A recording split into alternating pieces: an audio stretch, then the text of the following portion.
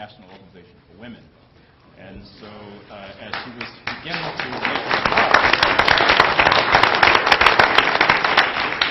and during her tenure, she came up with a couple of, let's say, interesting songs. And as we meet as a group of deans and colleagues, she has been regaling us with some of these songs. So as she was making her remarks this morning, I was holding my collective breath because you would need to hear one of these songs to understand exactly what I'm talking about. Judy was, of course, the longtime dean here at Fond du Lac when she very ably led a revitalization of the physical plant here, the $14 million investment. And so you are sitting in a portion of the campus that actually is the result of her leadership. The library outside was added to the campus. The new entryway was added to the campus. And so I was very, very delighted when Judy indicated to me last year that she would come back and serve 1 year as the interim dean while we conducted the search for our permanent dean. And so with that in mind, we do have the permanent dean and CEO of this campus here with us. And I would like to briefly introduce him this morning. His name is Dr. John Short. John received his BS degree from Penn State. He received a master's degree from SUNY Albany and his PhD from Lehigh University in Pennsylvania. And he's coming to us from Millersville University of Pennsylvania, where he is currently the dean of the School of Humanities and Social Sciences. And so we're very, very delighted that he will be taking over the reins here at UW Fond du Lac, and I'm going to ask him to stand and be recognized.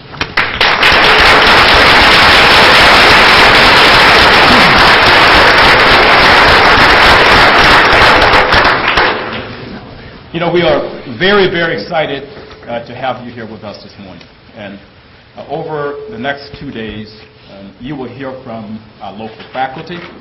You will hear from staff, you will hear from students and learners, and you will hear from our community members. I hope that at the end of your 2 days here, that you will have learned a lot about the local impact that we're having and how our work, when you put all the work that we're doing at the local level, has a statewide impact. In fact, the theme for our presentations to you over the next couple of days is UW Extension and the UW colleges leading locally for statewide impact. And so as you listen to the presenters that will come your way, I'm going to ask you to basically remember 4 numbers. And at 10 o'clock in the morning, that might be a tough thing to ask. But the 4 numbers are 13, 75, 14,000, and 1.6 million. You might want to jot those down because professors did say to me that they would like to issue a quiz at the end of the presentation. But as you hear from our local UW Fond du Lac professors, please remember that you'll need to multiply this story 13 times in order to realize the type of passion that we have on our campuses, the passion for teaching, the passion for student success.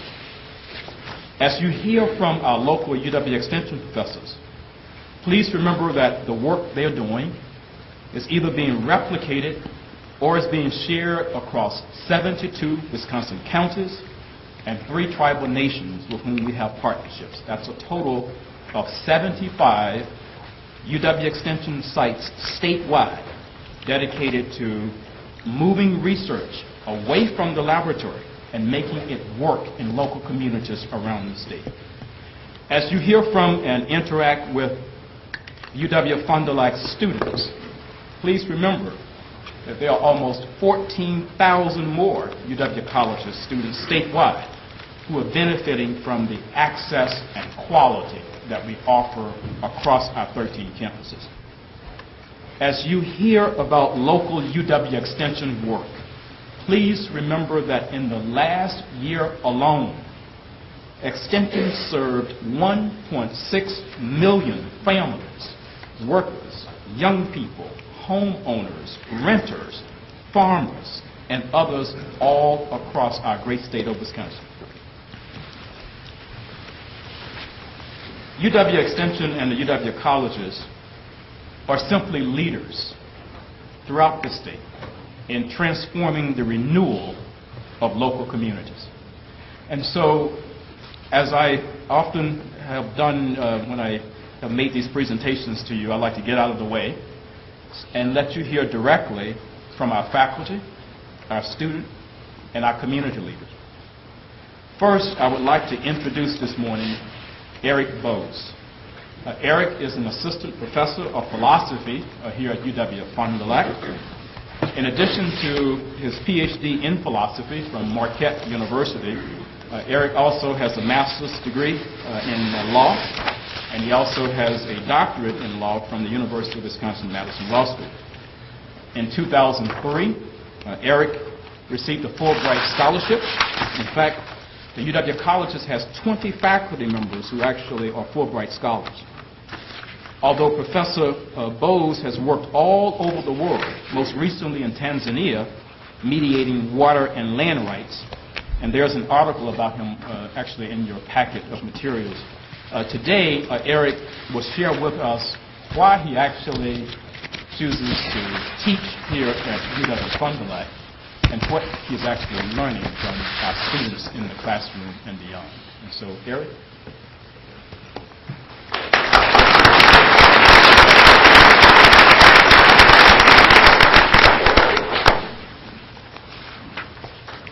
Good morning. Thank you, Chancellor Wilson. Thank you, Board of Regents. Thank you, Judy Goldsmith, for this opportunity. When I was first asked to speak, Judy reminded me I'd be limited to 8 minutes. And I said, Judy, you do realize I'm an attorney and a philosopher. That's like holding back the tide. And then she told me the date, and I had all confidence I could get it done because the UW men's hockey team is playing in the Frozen Four at 5 o'clock, and I'm anxious to wrap this up so I can go tailgate.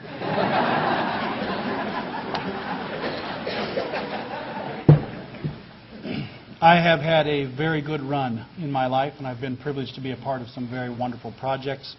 In the early 90s, as a doctoral student at Marquette University, I was invited to join a group of scholars to help start a college from the ground up in Tanzania.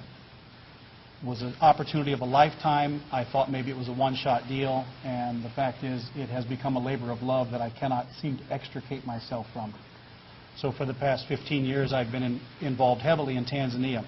The college grew so fast and so well that they asked me to design new academic programming, so I wrote programs for journalism and nursing and education and business and, of course, law.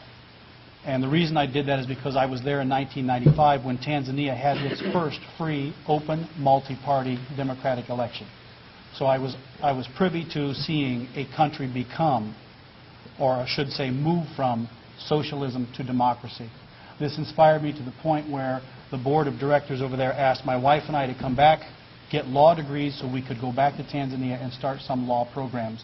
Because what the young people in Tanzania needed was education in the law so they could have a hand in their own development and understand issues of globalization. So my wife and I returned, of course, to Wisconsin. Our roots, we chose the University of Wisconsin Law School where we had immediate mentors, 5 of whom all started law programs in Africa in the 1960s under Ford Foundation grants. So we had excellent tutelage, we had excellent education, and yes, it's true, my wife outscored me in law school, and I still haven't gotten over it. During my time at the University of Wisconsin Law School, I was so enamored of the Wisconsin idea and the idea that my professors consistently reminded me of, which is law in action. I wanted to find a way to take my scholarship and my interest in law and make it work in the real world. During that time, I also was teaching a full load at Edgewood College in Madison, so I was eligible for a Fulbright. I applied and fortunately received that Fulbright scholarship. During my Fulbright appointment in Tanzania, I worked at Sokoine University of Agriculture, where there was a strong Wisconsin connection already, so it was a very friendly environment. And I compiled a comprehensive history of land tenure issues for the people of Tanzania, and I wrote a book on the property rights of pastoral people, smallholder farmers, and women. Like most scholarship, I thought it would collect dust. Flash forward to 2008. The book I had written in 2004 as a Fulbright scholar had actually been read by somebody in Tanzania. I was thrilled, right? So I get this phone call that says, the Maasai tribe near the Ngorongoro crater has filed a lawsuit against an American coffee grower. They've turned to St. Augustine's University Law School in Mwanza. The dean there actually read your book, and he proposed that you come over and mediate this. And I gladly accepted. I shared this with interim and former dean, Judy Goldsmith, and she said, well, you have to do this. You simply have to do this. We will work with you, and we will give you the flexibility you need to do this because you are a Fulbright scholar and you have a commitment to the people of Tanzania to do what you can. So I accepted this. The project grew beyond my expectations. Not only did I end up mediating a water rights and land issue, but a construction company in Madison, Wingra Construction, heard about what I was doing and said, well, as long as you're over there, why don't you initiate a social responsibility program for us? We've had a great run of it as a construction company, and we'd like to give back. We'd like to contribute something. So I partnered them with the coffee company, and we did 2 clean water projects, and we're now in the process of pursuing 3 agricultural plots that we're going to develop as sustainable organic agriculture, and they will be connected with educational institutions in Tanzania. So there's been a wonderful connection for me, and it allows me to draw on all of my interests because I also happen to be an organic farmer with a 40-acre farm near here. So I get to do everything I love, and I get to do it because of the flexibility that Judy has given me and the flexibility and the support that my colleagues give me here. Now, there's more to it. I could elaborate, but there are so many projects that I connect with my students in the classroom. For instance, my wife and I procured a grant from Pacific Cycle in Madison, Wisconsin, to set up a metal fabrication shop in Tanzania that constructs equipment for handicapped children, since there's very little equipment available to them in Tanzania. So that is an ongoing project. We support 2 orphanages. We've done other water projects. We procured funding to start a physical therapy clinic. And my long-range goal is eventually I'd like to get some of the students from my campus to make a trip over there because the educational opportunity is fantastic. And I always tell people the real benefit of helping in Tanzania is not so much that I fixed something there, but that I'm changed because of it. And I know that's true from students I've taken from other universities on these trips. When they go there, they don't fix what's broken, but they change so that when they come back, they're better students here. They're better citizens here for their experience there. And it's this kind of shared educational opportunity that really, I think, embodies the Wisconsin idea. Now let me say a little bit more about that. Aside from the things that we've done there and the great run that I've had of it, here are some specifics that come back to the classroom when I'm teaching here. My business ethics class, when I teach about corporate social responsibility, shareholder models, mediation, arbitration, international law, economies of scale, microfinancing, privatization of resources, globalization, it's not just theory. I've had a hand in each one of those realities in Tanzania. It gives real credibility, and the students sense that, and they pick up on that. And they develop an interest in that, and it helps the global society. When I teach straightforward philosophy like Plato and Aristotle, and I talk about their views on slavery and civil society and the role of women in society, I do so with the experience of having lived in a different culture that sees things differently. When I teach about John Locke or Thomas Hobbes and Jean-Jacques Rousseau and the social contract and the development of democratic states, I do so with the experience of having lived in a country that moved from socialism to democracy. It brings credibility, it brings content, and it brings a sense of confidence. And the students really move with that. They latch on to that, they grab it. It's not just theory in a classroom, it's not abstraction. It's real for them. They sense it and they feel it, and they grow with it. That's the real benefit of it. It adds a creativity to my teaching that I wouldn't have otherwise. And with the flexibility that I've been giving, I can continue to do this. That's liberal learning. That's learning that enables people to think outside the box. That's learning that permeates our culture, not just here in Wisconsin, but even beyond our borders. Now, the question I think I was supposed to address is, why after 22 years, Fulbright status, did I give up a department chairmanship and the inside track to an endowed chair of business ethics to come back to Fond du Lac and start over at the lowest level as an assistant professor? And I'm serious about these reasons. When I was younger, I experienced this kind of separatism. 1909, President Wilson said, "We want one class of persons to have a liberal education, but we want another class of persons, a very much larger class of necessity, to forego the privileges of a liberal education." I was born and raised a fighter. I am the son of a failed farmer who at 72 years of age is still putting in 8 to 10-hour days in a spring factory. I resent that notion. If there is a privilege to be gained, everyone should have access to it. And I'll try to make that real. I can do that in the UW colleges. I like the fact that while President Wilson said that in 1909, Wisconsin was already a step ahead of the game. Charles Van Hise said in 1904, "I shall never be content until the beneficent influence of the university reaches every home in the state." That is a reality that I embrace. That is something I'm willing to work towards, regardless of status or position. What else can we say about what Wisconsin provides? Well, President Roosevelt recognized it. In Wisconsin, there's been a successful effort to redeem the promises by performances and to reduce theories into practice. That is a reality I also want to create. Theory by itself doesn't afford us much at all. But if we can help these students see the reality of the theory, not just in the classroom but beyond, they will take it home with them. I just had a student email me yesterday that said, "Wow, the discussion that you fostered in class left such a mark on me, I went home and argued with my mom for 2 hours."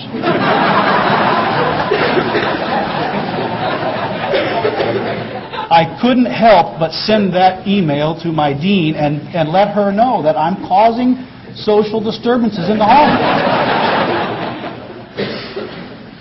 And I learned a long time ago in my own liberal learning education that if you truly are educated in the liberal learning paradigm, you can never go home again. But that's a good thing. That's a good thing. Ideas are real, and we have to work to keep them real. What else can we say about it? Well, here's a clip from the webpage on the Wisconsin Idea. And as you can see, the notion behind the Wisconsin Idea is that it will permeate every home in this state, that it will affect every citizen, that the money that we put into the education of our students must necessarily make society stronger, make it better. And if you'll notice from that clip, it's not just Wisconsin, it's throughout the world. We live in a global society. So the experience that I have, and I'm blessed to have the experience I have outside of our borders comes back and really makes a difference in a profound way. And again, I want to say thank you to Judy Goldsmith. Thank you to my peers, my colleagues, who support me in this endeavor. Starting over as an assistant professor is not a burden to me. It is a privilege. It invigorates me, it makes me work hard, and I want to do this to give everybody the opportunities that I have had in life. Thank you.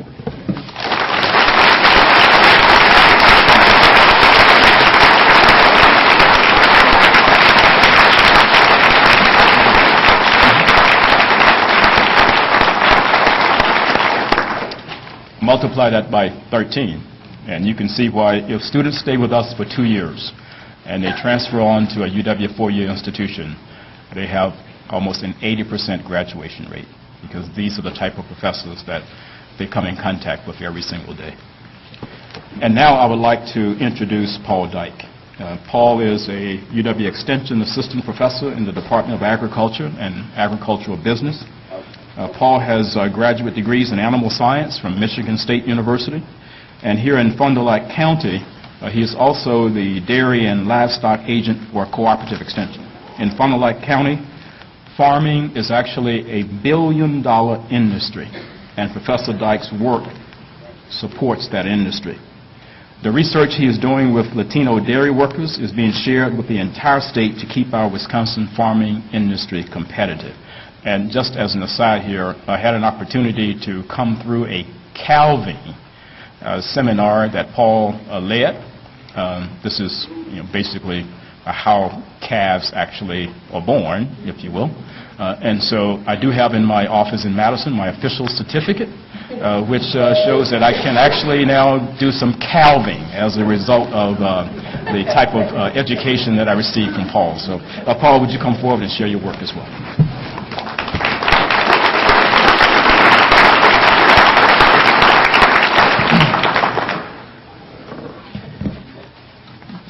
you can see that it doesn't matter what educational level you have, whether you're from Harvard or you have no education at all, we let everybody into our program. So.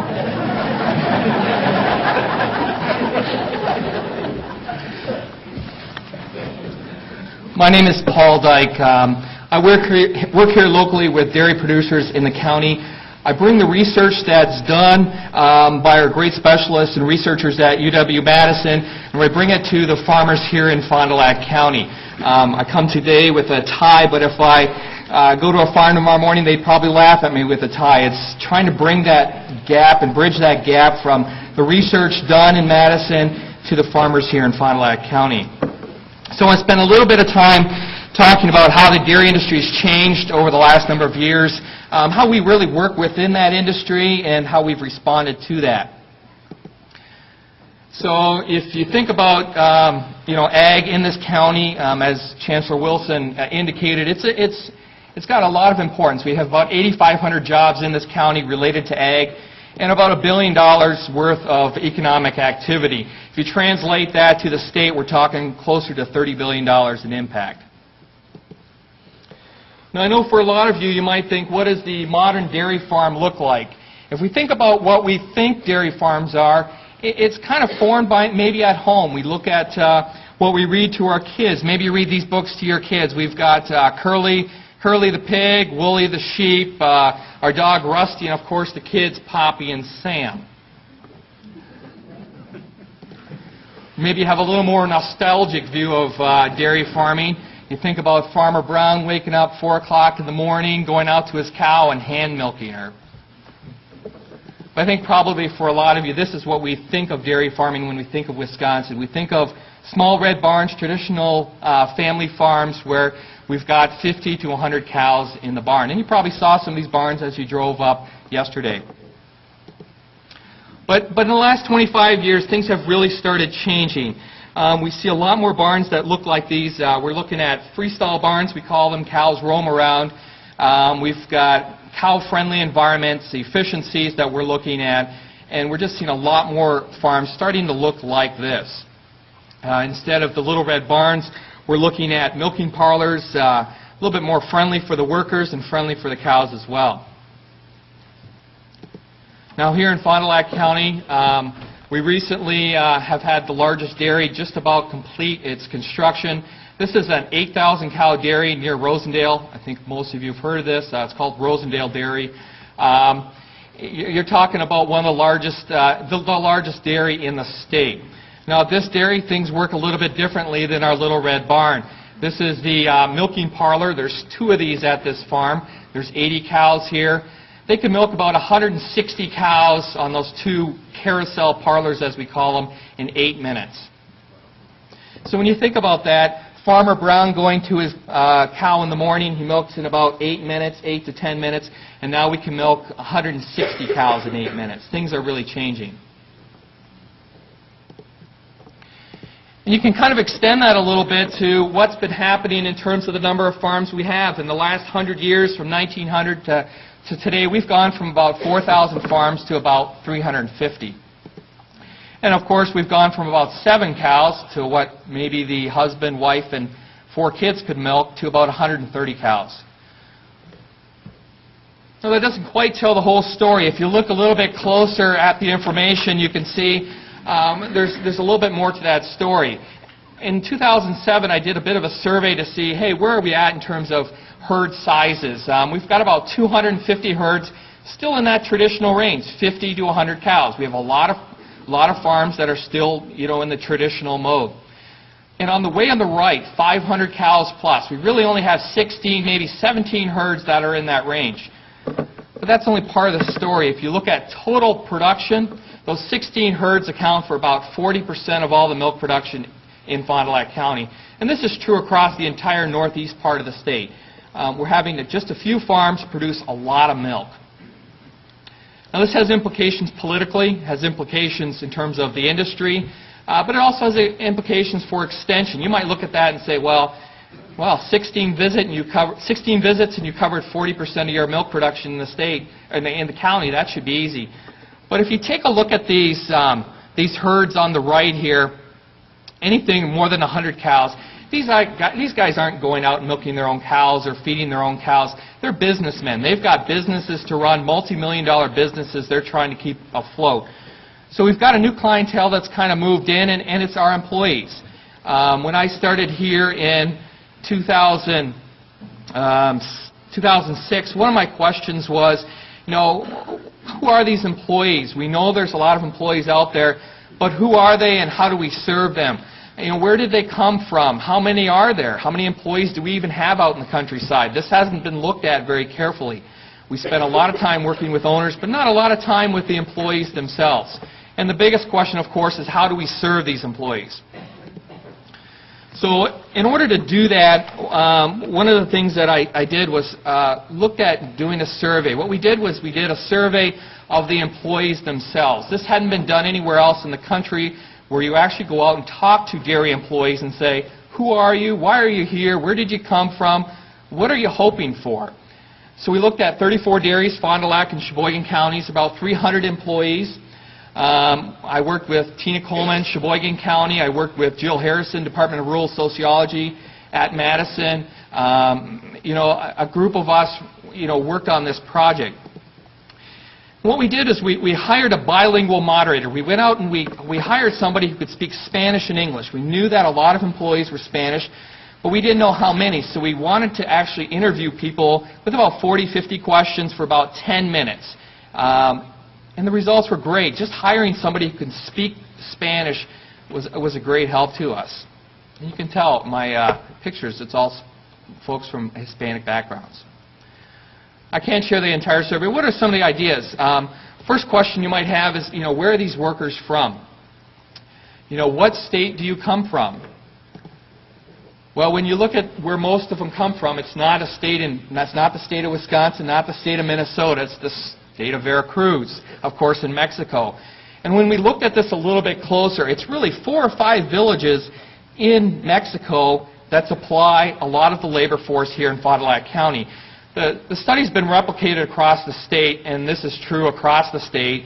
It's just a small number of villages that supply, or towns that supply a lot of the labor in this state. Now, the second most popular source is native. This would be folks from Wisconsin, only about 30%. And the rest were from other parts of Mexico, Dominican Republic, Colombia, across South America. So who are these workers? About 87% of these workers are male. If we look at the ages of these workers, about 37% are between the ages of 16 to 25. And really, about 75 to 80% are between those ages of 16 to 36. We're talking about a lot of young men that have come here to Fond du Lac and other parts of Wisconsin to work on the dairy farms. We have a few older workers, but not a lot. They represent a very small portion. So one of the questions that I had was the educational levels of these workers. If we're going to develop programs, curriculum, how do we communicate to them? How do we know what they can understand or comprehend? Now, if you look at the native workers, that would be those folks that speak English. Most of them have been to high school, and actually almost a third of them have had some post-high school education. Farming isn't what it used to be. We need more education on farms. They're a lot more complicated than they were 100 years ago. But when you look at the immigrants, you can see there's a huge difference here. We have almost 6% have never been in a school building.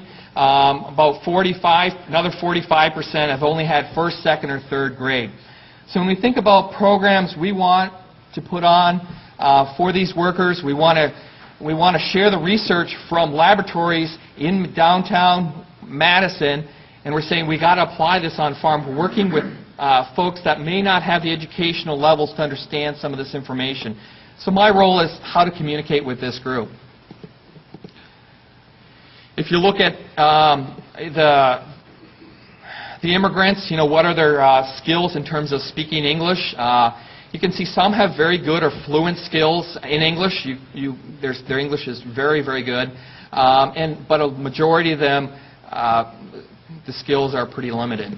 Now, just as a contrast, what about the English workers? Can they speak Spanish? It's kind of an issue on farms.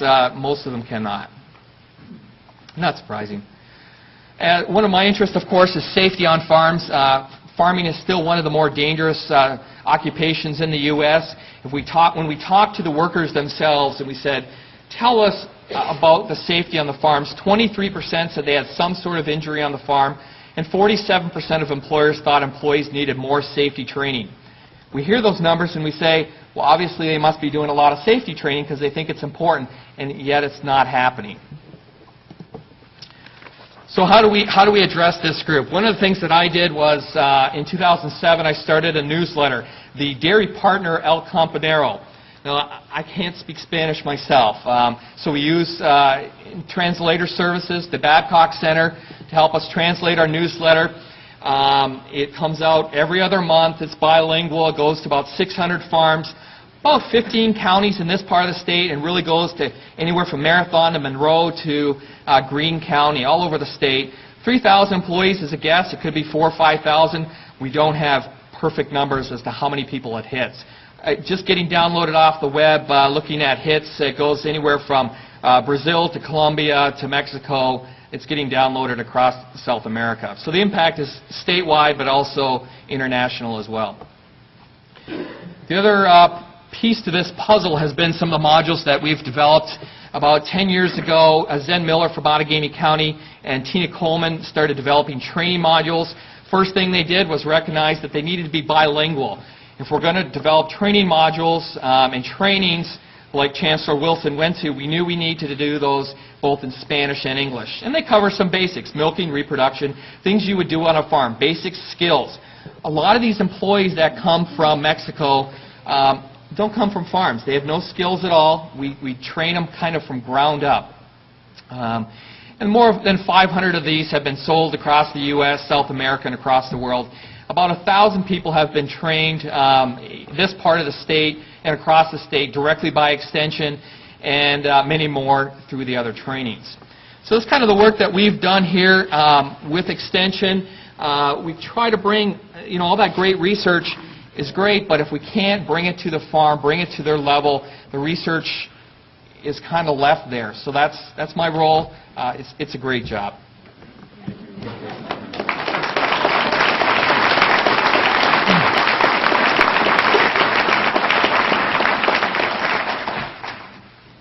Yeah, the question, Mike? Sure. Mm-hmm.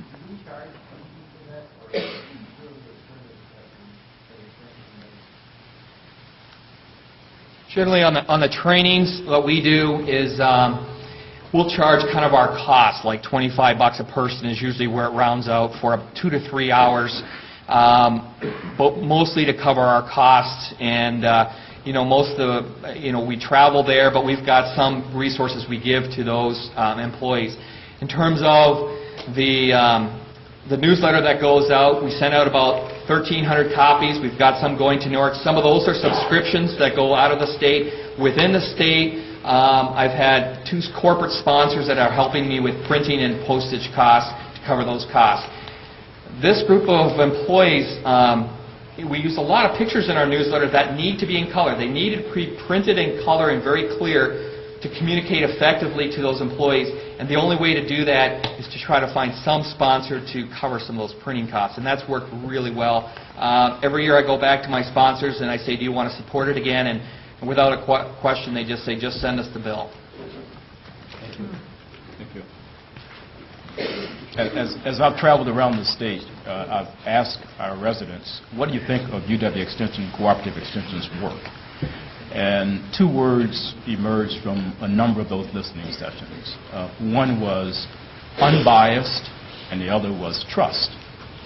And as I would dig a little bit deeper, what the citizens have told me is that they have just this incredible amount of respect for the research-based information that Cooperative Extension is bringing to local communities, because we're not selling them anything. And so we're not a commercial entity going to a dairy saying, buy our product. And consequently, there's a high level of trust amongst local citizens for the information that they get from us. So multiply what you've just heard by 75, because these stories could basically take place all over the state. Next, I would like to introduce our UW-Fond du Lac student, Sarah Ohm. Sarah has a very, very impressive story to tell you, and I certainly don't want to steal any of her thunder, and so I'm going to bring Sarah forward. Sarah?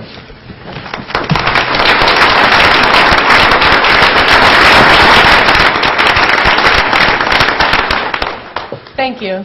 Good morning. Welcome to the University of Wisconsin-Fond du Lac. My name is Sarah Ohm. I am a current student and a peer tutor here on campus. I earned my associate's degree in December, yet I've stayed for the spring semester to finish out the second half of year-long courses in organic chemistry, calculus, and classical physics, courses that are required by my transfer school, UW-Milwaukee, for a chemistry major. I began studying chemistry at Campbellsport High School. It's a rural school. We have the block schedule with 4 classes a day, allowing students to double up on the subject and complete 4 semesters of credit in a single year. In this way, I accelerated through advanced math courses, studied 5 years of German, and earned dual college and high school credits in my own hometown.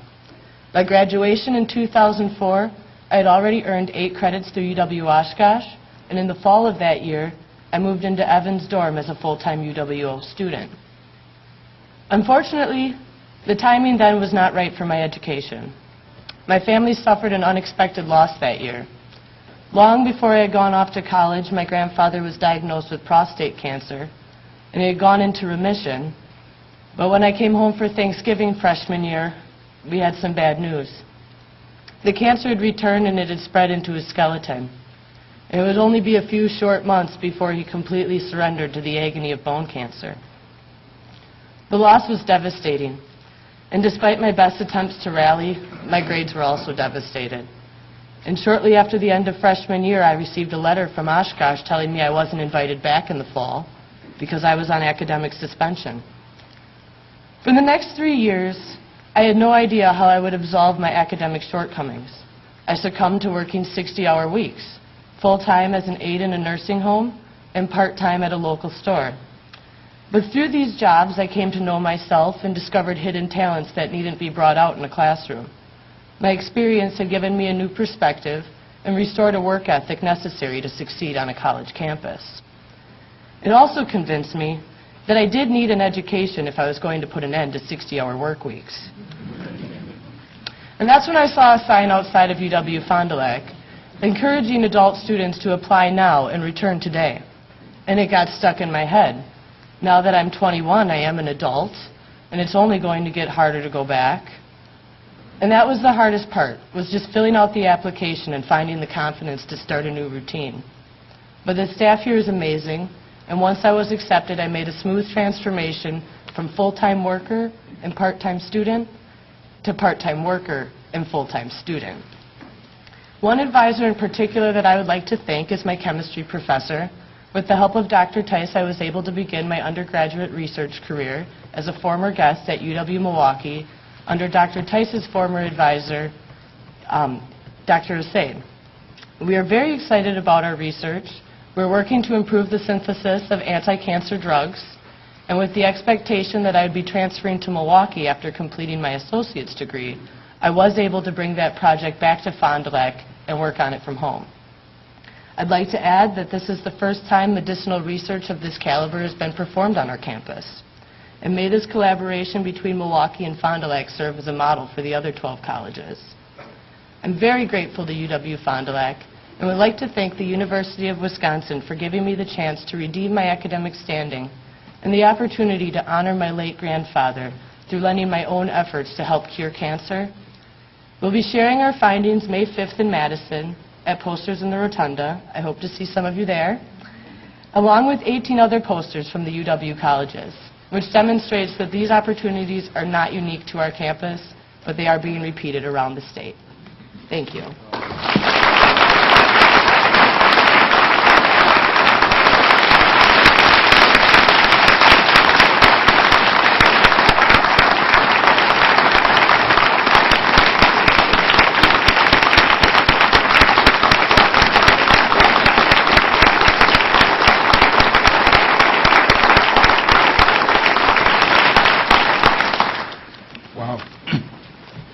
I hope you're getting a chance to see how I've often remarked that I've never had a bad day in this job.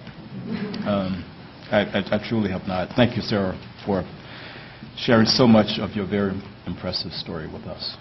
Multiply that 14,000 times.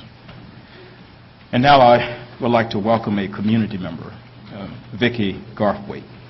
Vicki and her business partner own and operate rental units in the Fond du Lac area. They are keenly aware of the needs of lower-income renters who are looking for clean, safe housing. 1/3 of all households in the United States are renters, and for many Wisconsin renters, paying the rent can pose an ongoing challenge. So did you know, for example, that it takes a full-time job at an hourly rate of $14 an hour to afford a moderately priced two-bedroom apartment in Wisconsin?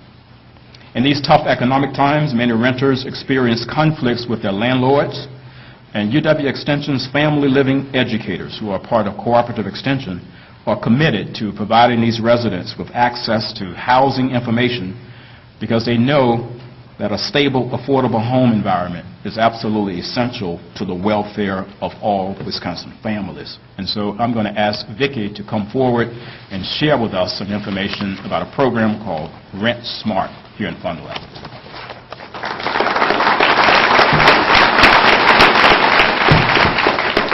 Hi and good morning. My name is Vicki Garthwaite, and I've been a resident of Fond du Lac since 1980 with a job transfer to Mercury Marine. I started the rental business shortly after divorcing in 1992 when I purchased 7 units and inherited 1. 7 years later, I purchased a 3-unit with my partner Craig Wiedner, and we acquired 60 more units within the next 16 months. Life has never been the same. Very early on, we decided to center our business on affordable housing, and in many, many respects, catering to the primarily low-income people. Absolutely is more labor-intensive than the higher-end complexes, and it taps our patients' reservoirs many, many times. But as we know, low-income people deserve clean, safe housing just like the rest of us. We accept Section 8 housing vouchers, rental assistance from local agencies and charities such as Solution Center, which is our local homeless shelter and protective shelter, local churches, St. Vincent de Paul, Salvation Army, and AdvoCap. As an officer of the Fond du Lac Apartment Association, I was asked by AdvoCap and the UW Extension to review the Extension's Rent Smart program at its inception. As my friends and peers know, they'd better not ask me what I think unless they want to hear what I think. I feel my opinion of Rent Smart is realistic. You can lead a horse to water, but you can't make him pay rent.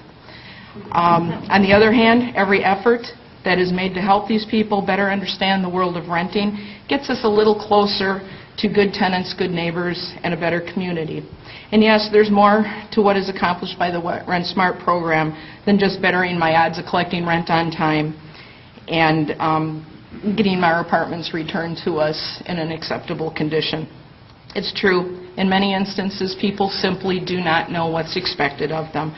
We have generations upon generations of people who just don't understand what's expected of them as a tenant.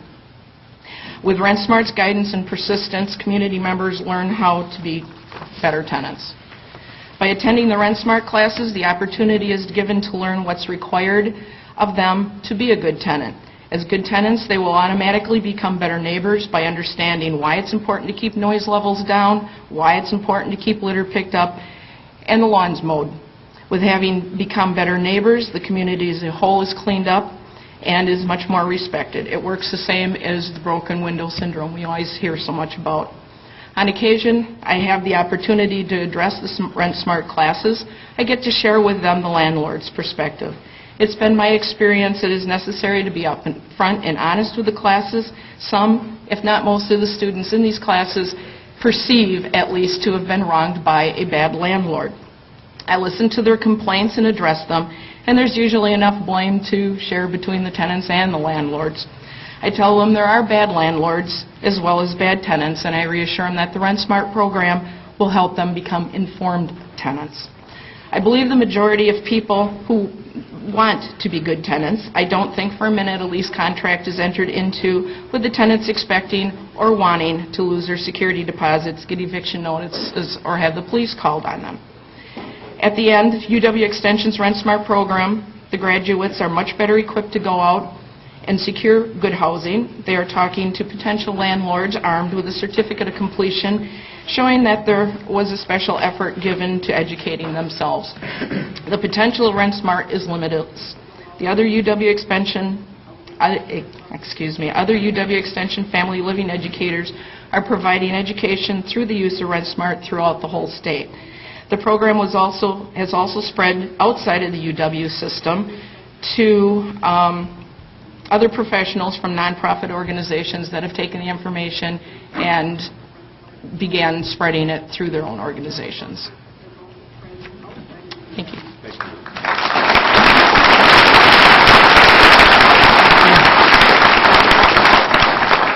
Thank you very much, Vicki.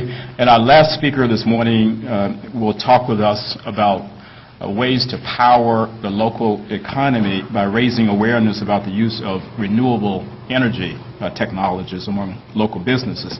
She is Diana Cheslock. Diana received her graduate degrees from St. Louis University, and I'm going to ask her to come forward and talk with us about her work in sustainable energy technologies.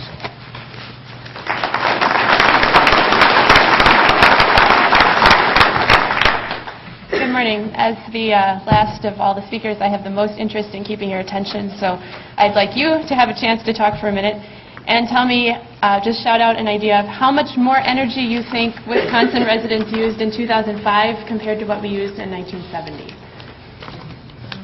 That's 35 years. Just any guess at all? Twice as much? Okay, it was, 55% more. And what has always been the case, if you can look up at the screen, Wisconsin has always used a whole lot more energy than we produce in our state. This green shaded area here is what we produce.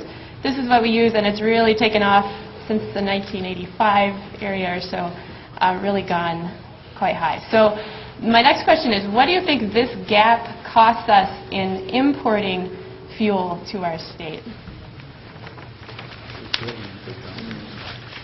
Any ideas? 10 billion. 10 billion, I'm hearing? 15 billion is the number that we spend every year as a state paying someone else for our fuel. And you already know what those fuels are: petroleum, natural gas, coal, and uranium.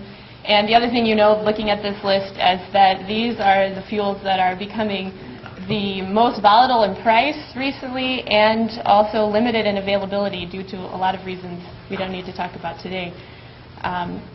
This is another way to look at the type of energy we're using as a state. The 15 billion is used to pay for 96% of what we use, and that's all imported fuel, as I mentioned before. So that brings us to the 4%, which is renewables. And the other feature about renewables is that they're mostly locally produced. And as Wisconsinites start to look for more stable and reliable sources of fuel, that's where the action is starting to be. And Governor Doyle has also set a goal for the state that 25% of our state's energy come from renewable sources by 2025. So that's adding another source of focus there too.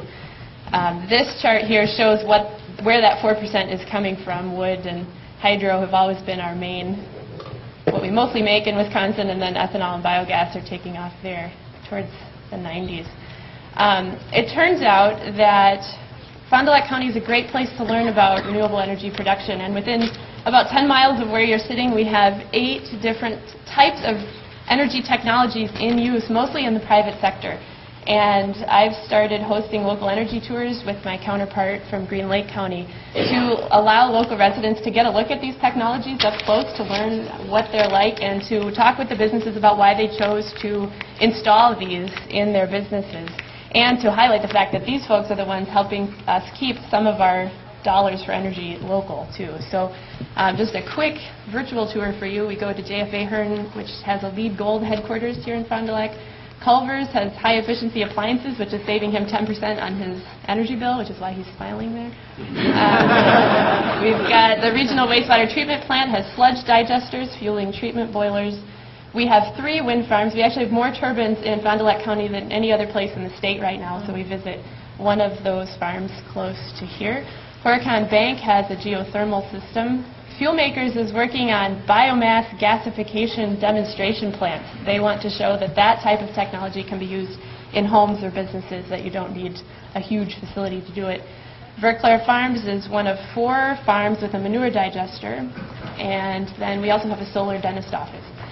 So it's pretty unique, as I said, all within 10 miles of where you're sitting right now. And the other message I try to bring home on the tour for people is that in addition to why these technologies are important for the bottom line of these businesses, I also want folks to recognize that there's a land use consequence to energy production. And we kind of know that, but we haven't experienced it quite so personally as, at least here in Fond du Lac County, we are now. So, you know, we have coal-fired power plants in Milwaukee, we have oil refineries in Superior, we have a natural gas pipeline running through quite a bit of our state. But these are relatively concentrated locations for this type of energy. When it starts to come to wind turbines, which are the most visible example of this, you have a lot more people who are a lot more affected on a daily basis.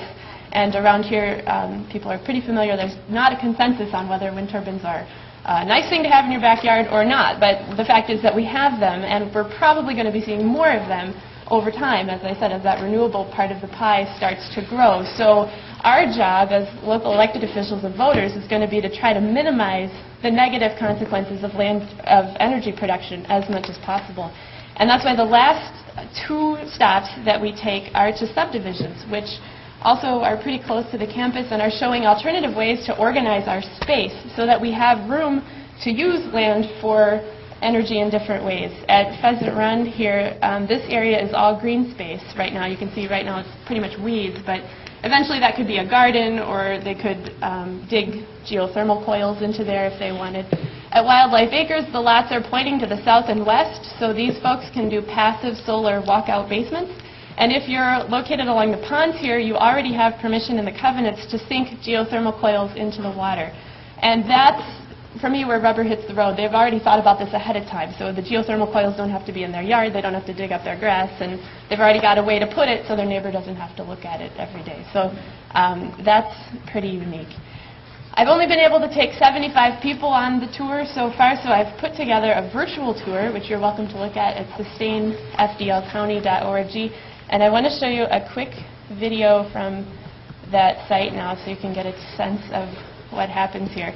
I've asked all of the hosts to talk about not only the environmental benefit of what they're doing, but also why it's good for their business. And this is Neil Nett at Pheasant Run.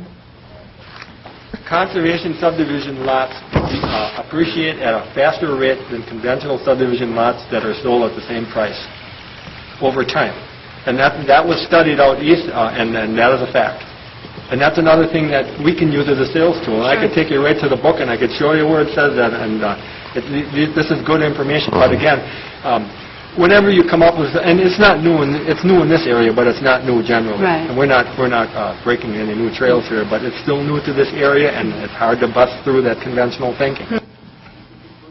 So you see, that's not, he's obviously very proud of what he's doing, but he's not doing it just because of the environment. He's doing it because he's actually making a profit from it. As a good businessman, that's what he ought to be doing, and he's seeing that as a good legacy for himself too, because his residents are going to see the benefit too. So I like that that message comes out in all the sites, that there's people, profit, and planet are all being considered as they make these decisions.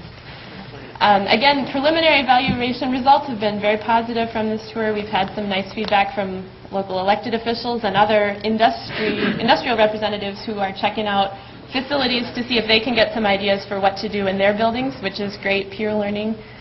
And nice media coverage too, in a business magazine and then in our local newspaper.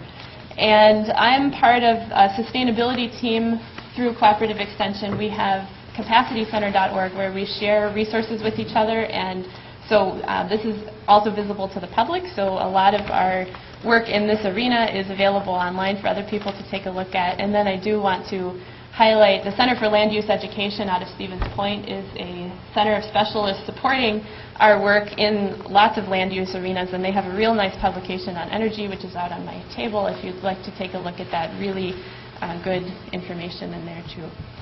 And I'm happy to take comments after the Chancellor's done. Thank you.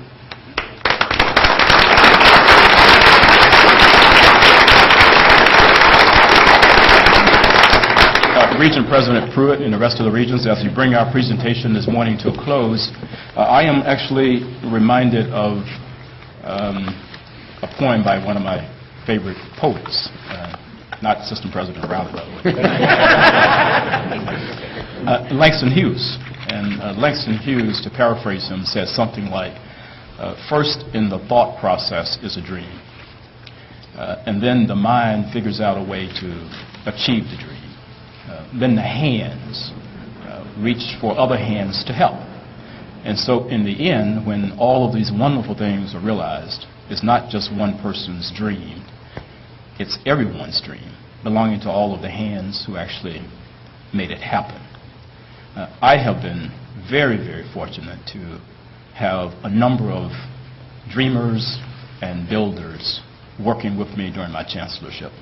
And what you've seen this morning is the result of this great team of passionate, committed, dedicated faculty, senior staff, and others, very committed to our mission of access, indeed our mission of maximum access. I would be remiss if I did not recognize some of those individuals as I bring these remarks to a close. I would like those campus deans who are here to stand, be recognized, and remain standing.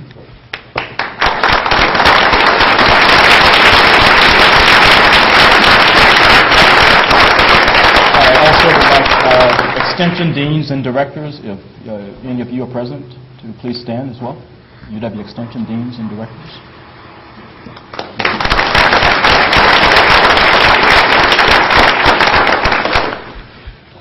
Individuals who are here from my immediate staff and the Chancellor's staff, will you please stand as well and be recognized.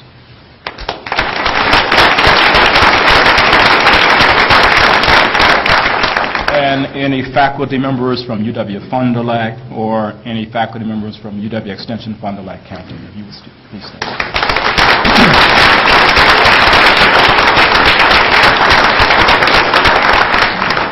We'd like to say that we truly are the institutions embodying the Wisconsin idea, and it is indeed our pleasure to serve this state every single day. So thank you very much. We'd be more than happy to respond to any questions.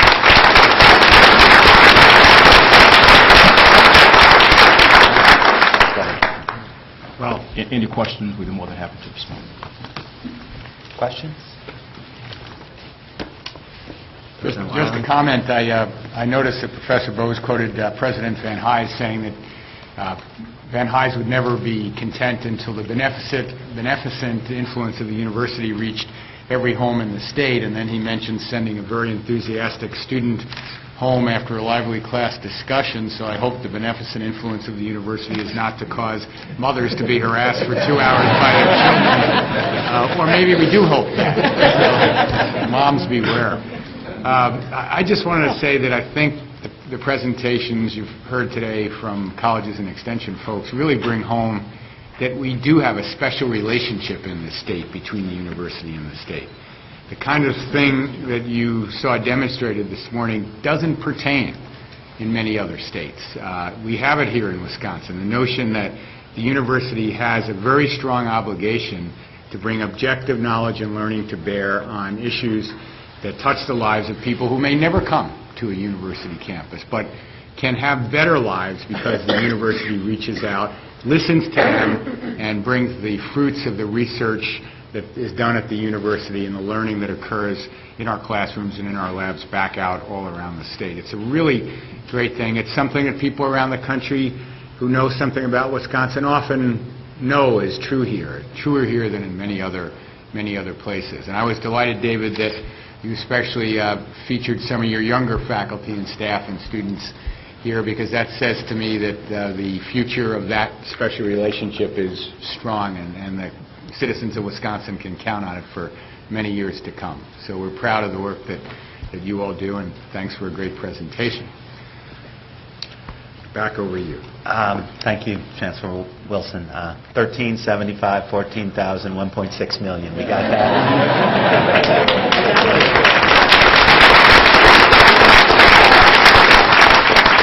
Extraordinary presentation on the diversity and the reach of these remarkable institutions. And thank you to you and your colleagues for being here. It's likely to all be downhill from here, folks. So, next on our agenda. Thanks a lot, President Brooke. We'll take up the next phase of the growth agenda for Wisconsin. In February, we talked about the future of this strategic effort to increase the number of college graduates, create more well-paying jobs, and strengthen local communities.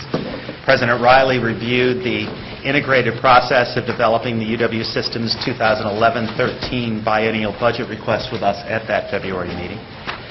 He also reported that he had appointed a new competitive university workforce commission under the leadership of Regent Vice President Michael Spector, including Regent Mike Falbo, and also co-chaired by former Kimberly-Clark executive Kathy Seifert. That commission, as I understand it, has begun its work and will be reporting back to President Riley in June. For now, the important thing to remember is that compensation is an underlying issue, a foundational activity that allows us to pursue our educational and research objectives. These objectives are to help create new jobs and revitalize old ones through academic R&D and to produce more graduates who will fill those well-paying jobs. Today, we focus on that second goal, more college graduates for Wisconsin, and I turn it over to President Riley. Thank you, President Pruitt, and good morning, everybody. I do see very much what we will be talking about today, the next steps in the growth agenda for Wisconsin, as being very much an extension of that special relationship that the university has with the people of Wisconsin and where we need to take that in the future. So I think this really is all of a piece. I think the growth agenda for Wisconsin has garnered a great deal of public support, in part because people understand and embrace the results we're trying to achieve for all Wisconsin people. And the key word here is results. More than ever, we have to emphasize the measurable outputs and outcomes of higher education. And I think we start with an honest examination of the state's educational needs and opportunities. As Regent Pruitt said, today's presentation will focus on the need for more college graduates in Wisconsin and the opportunity we have to create a more educated citizenry that will drive and thrive in the innovation economy.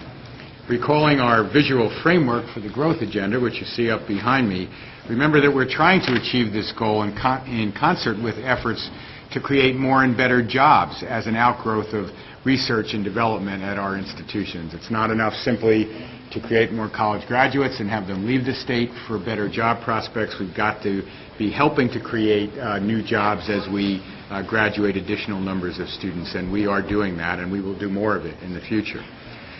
Underlying these efforts is the need for renewed state investment in the university, as well as the freedom to allow our UW campuses to make better use of the dollars they already have. We'll come back to these 2 points later, and we'll talk more about broad strategic financing issues at the May meeting of this board with our guest facilitator, Ellen Chafee, representing the Association of Governing Boards of Colleges and Universities. Let me go back for a moment to the timeline we discussed at our last Regent meeting in February. I think we can move to that on the slides. We started this discussion of the next phase of the growth agenda at the February meeting. Here we are in April now, where we hope we will have a really important discussion with lots of input from the Board of Regents on where we want to go. And then in May, in addition to talking about our accountability report and how we continue to tie in the performance indicators and goals in that report to the next phase of the growth agenda, we'll have the strategic financing discussion about how we get to these goals with our guest facilitator. And then in June, you'll be asked to approve the annual operating budget for the next year, 2010-2011. Rebecca, you're just working the slides, okay. Could you go back to June? Thanks. And we will have also at the June meeting the report out from the committee Chuck just mentioned that Mike is co-chairing on a competitive university workforce that are the people who will deliver on those goals for us. And then back to the jobs issue, we'll talk about the results of the Research to Jobs Implementation Task Force that Chancellor Sorensen is chairing for us. Several of you are on. Okay. In July, we added a special meeting at the request of the board, so we'll have some time to discuss the biennial budget, which you'll need to approve in August. So we'll have a special meeting, devoted one-day meeting in July to the formation of the biennial budget. We'll have individual regent briefings during the summer around that meeting. And by the time we get to August, hopefully we'll all be relatively comfortable with the budget proposal for 11-13 and how that proposal will help us get started on these very long-term goals that run out to 2025 for the next phase of the growth agenda in terms of college degree attainment. In September, that budget that you've approved will go to the Department of Administration. And then a number of months later, the new governor will be introducing his 2011-13 biennial budget and hopefully taking each and every one of the recommendations you all make for the budget and putting it in his. And then not next July, but a year from this coming July 2011, that new biennial budget will actually take effect. So once again, that's the context for the immediate process that we're in. Now let's go on and we'll talk some more about the longer-term process. Today we do want to focus the discussion around more graduates for Wisconsin, our plans to increase the number of people who earn their college degrees from the UW system. As I think you've heard me say before, the United States now is one of only 2 developed countries where younger people are not as well educated as their parents. In comparison with other states, fewer Wisconsin workers we know have baccalaureate degrees. We do a good job of hanging on to our homegrown college grads, but other states do a better job of importing highly educated residents. In 2008, Wisconsin ranked 29th in the nation in the percentage of adults who hold a 4-year degree. As a result, per capita income in the state continues to trail Minnesota and most other states. Economists and policymakers alike recognize that this shortfall comes with a very real price. In 2008, the Urban Policy Group, CEOs for Cities, made the case that more degree holders lead not only to higher per capita income, but also to a faster rate of economic growth. The report indicated that higher education levels correlate with lower demand on social services and lower poverty rates. We've made similar arguments for all of Wisconsin. One fact that always gets people's attention, I think, is this one. If the per capita incomes in Wisconsin were raised to Minnesota levels, our state residents would collectively take home $29 billion more in earnings every year. If we matched the rate in Minnesota, if the per capita income was at Minnesota's rate, our citizens would take home $29 billion more a year in earnings. This is some of the information that's contained in our case statement, which is in the materials that we mailed to you. The case statement's called New Strategies for Economic Recovery and Renewal.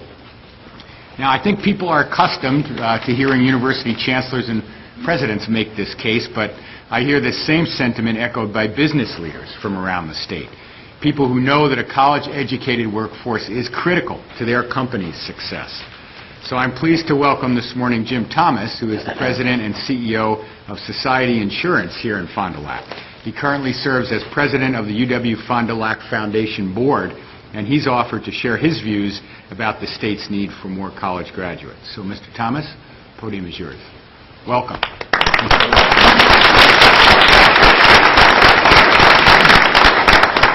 Well, thank you. I'm really honored. I'm a UW-Madison grad myself, as are all the members of my immediate family. So to address the Board of Regents is really special. I'm also, like one of the earlier speakers, a Badger hockey fan, and I'm really concerned about the Frozen Four this evening. Back in my day, the hockey program was just a fledgling thing, and they played in the East Side Ice Arena, and whatever it was called. Anyway, they sent buses, school buses, to the dorm to pick us up, take us out there so they're decent fans to watch. Today it's a tough ticket. The University of Wisconsin has been a defining influence on my life in a number of ways. And I often, even after all these years, will reflect on my educational experience there and how it's still relevant to what I do today. As was mentioned, I'm the President and CEO of Society Insurance. We're a property and casualty insurance company headquartered here in Fond du Lac. We do business across a 4-state area. We've got approximately 260 employees.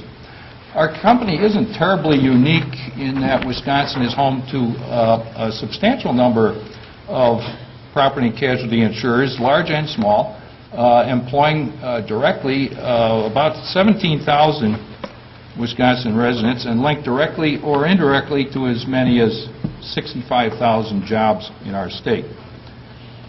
We're not associated in the public mind with Wisconsin's identity like brewing or cheesemaking, but we're actually a larger industry here than either of them and larger than many others as well.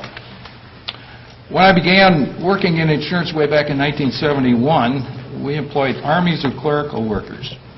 There were mountains of documents, letters, memos, and forms to be typed, mailed, distributed, filed, and retrieved. Pricing of policies required manual calculations on paper worksheets. The computer was only for compiling data and generating reports. Communicating with it could only be done by handwriting on code sheets, then you gave it to a key punch operator, punched on 80-count cards, you fed it into the machine, and the only thing that came out was reams of paper. Well, in short, much of the work in an insurance company back then were endless rounds of repetitive tasks. The times have really changed, and they're continuing to change. As late as 10 years ago, at Society Insurance, 60% of our employees were hourly paid, while 40% were salaried professionals. Today, that ratio has been turned on its head. We now have 70% salary and only 30% hourly, and the tilt to salaried professionals will accelerate over the next couple of years as we continue to deploy technology. The jobs that are available to people entering our industry today are for people who can make decisions, do analysis, think critically, communicate effectively, and develop relationships. People have to be able to work independently in an environment of empowerment because bureaucratic hierarchy is too expensive and is too slow for the modern pace of business. They have to have the poise and self-confidence to deal with all kinds of people within and without the company. They must be able to accept and embrace change and help make change happen. They must have the capacity to continue to learn and to develop professionally. To fill these jobs, we look to graduates of four-year colleges and universities. Even though a case can be made that jobs with good starting salaries are available to people with a technical education other than a four-year degree, that's just not the case in my industry. We need what college graduates bring to the table, both at the entry level and for their career potential. One of the biggest challenges in business is to develop leaders. We need those who can train, supervise, and manage at ever higher levels. We need problem solvers and innovators. And in the end, we need people who can think strategically and with vision. In order to have these leaders sprout within an organization, it is essential that those at the entry level come with the potential to progress in this way. They must be people who have learned how to learn to challenge ideas and have their ideas challenged, interacted with diverse groups of people, and achieved success at intellectually challenging endeavors. That's more likely to have happened at an academic university than anywhere else.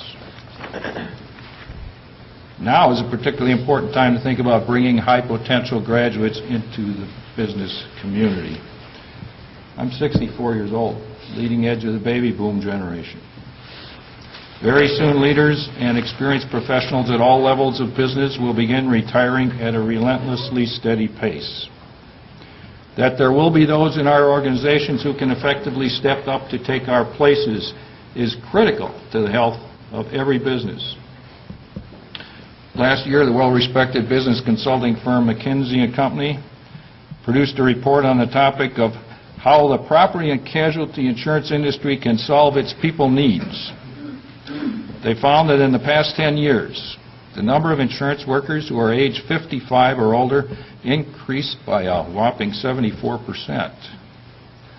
Competition for top talent to replace so many people when they retire is going to be fierce because other industries have the same demographic issue. To bring the best and the brightest to our industry, McKinsey looks to the prominent risk management and insurance schools across the country. And they came up with about a dozen of them.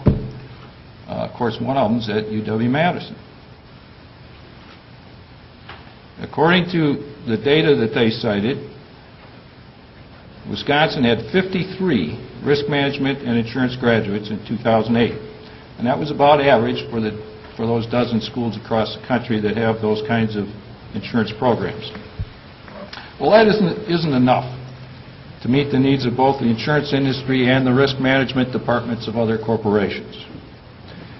McKinsey opined that to meet the needs of our industry, these programs should recruit and graduate more students, and they should be of very high caliber. The fact that McKinsey points to the critical role of our universities in exposing students to career opportunities in insurance and supplying outstanding graduates says a lot about the importance of our university system to the business community in general. Universities play a key role in creating the talent pool that is available to any industry. Wisconsin is home to some very fine insurance companies that compete across the region and the country. In doing so, we bring high-quality careers and income to our state. As a service industry that does not produce a tangible product, our critical resource is well-prepared talent. The importance of our university system in supplying us with sufficient numbers of high-quality graduates so that we can sustain our competitiveness and continue to grow our industry cannot be overstated. And I'm sure that we're not the only Wisconsin industry for which that's the case. Thank you very much.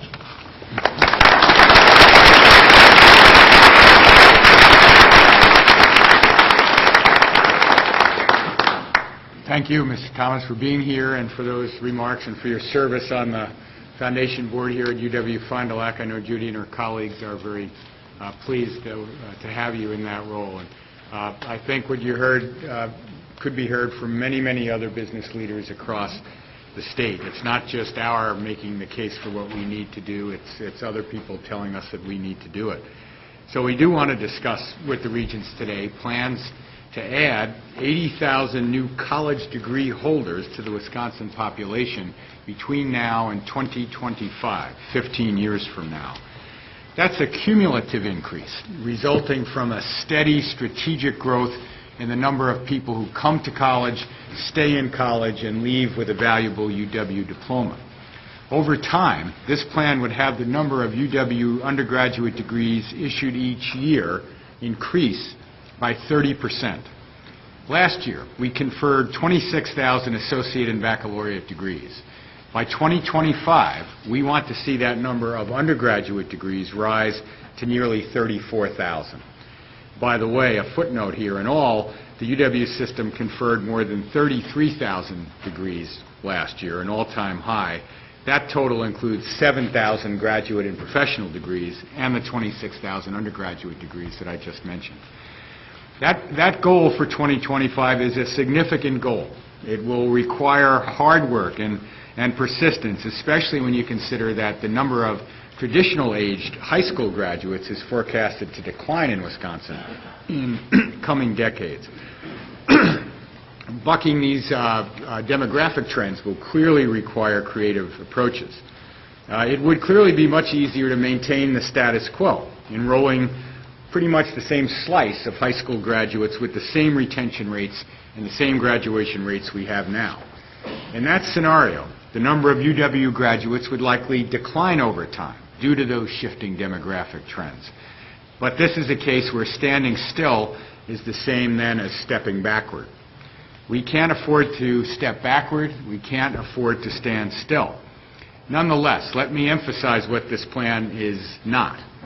It's not a short-term objective, but a long-range goal to add not 80,000 new enrollments, but 80,000 graduates by 2025.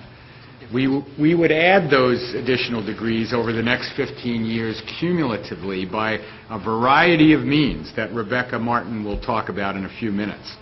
As we think about those goals, I think it's really hard to avoid defaulting to the enrollment model all the time. We hear that number and we think, oh, that's about 80,000 people coming in as 17 or 18-year-olds, traipsing across one campus or another for 4 or 5 or 6 years and getting a degree. That's not what this is about, and we'll talk more to tell you what it is about in a few minutes. But for now, let's envision a Wisconsin with 80,000 more graduates. There will be 80,000 more college-educated citizens in our state who use their high-quality UW educations to obtain or create high-quality jobs. In addition to all the other graduates who emerge from a UW campus, a Wisconsin technical college, or one of the private colleges, these 80,000 graduates will bring home more personal income every year. More graduates earning more income means a broader tax base for local communities and for the entire state, and the ability to fund clean air, clear water, good schools, and the other features of our state that Wisconsin residents hold dear. States with more college grads enjoy higher economic productivity, lower crime rates, healthier populations. We also know that educated citizens are engaged citizens. They enrich our society, and they strengthen our democracy. Beyond the higher numbers, we remain committed to high quality, too. As described in the shared learning goals adopted by our UW faculty and this board, people who earn those UW degrees will have the ability to think beyond the particular discipline in which they are grounded. They need to be creative problem solvers, clear communicators, effective leaders, in effect, the kind of citizens and employees that Jim Thomas just described. These are meaningful outcomes achieved through strategic action in response to real need. It's also important, I think, to recognize that none of our colleges and universities will succeed if we don't have enough young people who are adequately prepared for college. I believe that the Wisconsin Covenant and other pre-college programs must play a larger role in helping to set our young people and our state on the path to success. We must take steps to ensure that students come to the UW or to a tech college or to a private college ready to succeed. Better preparation for college is about a number of things: raising families' aspirations, demanding students' perspiration, and assuring help with the subsidization of tuition costs for those who need it. The Wisconsin Covenant sends a strong message to Wisconsin students that college is within their reach, both academically and financially, and they need to work hard to get there. We all know that paying for college can be a significant barrier. In too many cases, concerns about college costs might shut down the dream before it ever gets started, and that would be very unfortunate.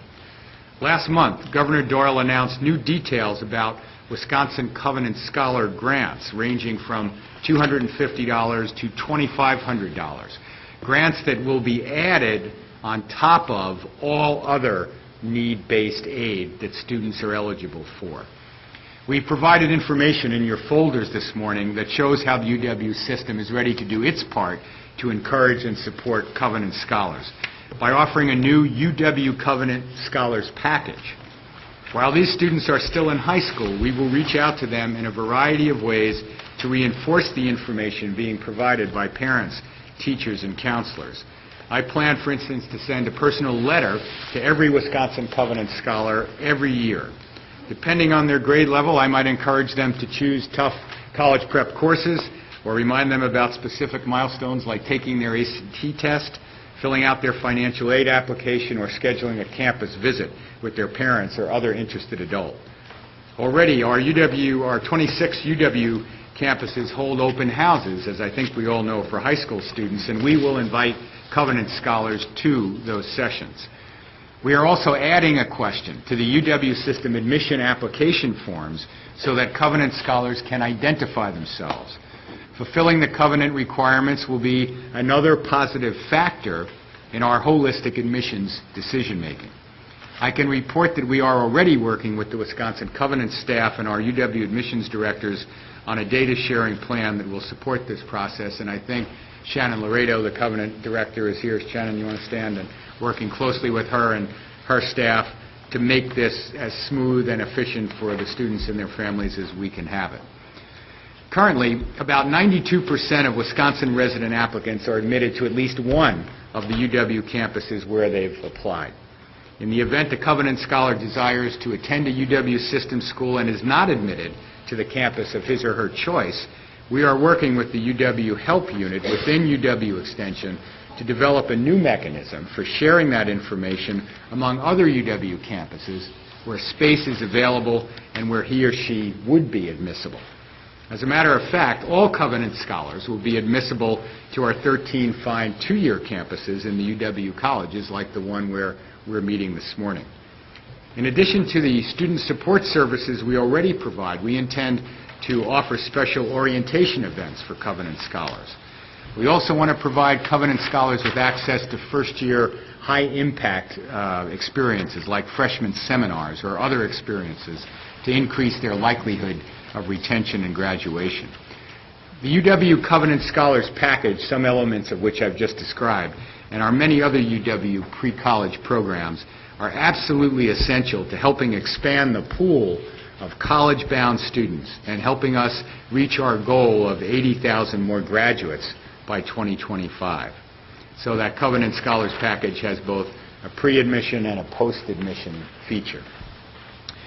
We arrived at this ambitious goal of 80,000 new graduates by 2025 following a series of in-depth conversations with each of our system institutions.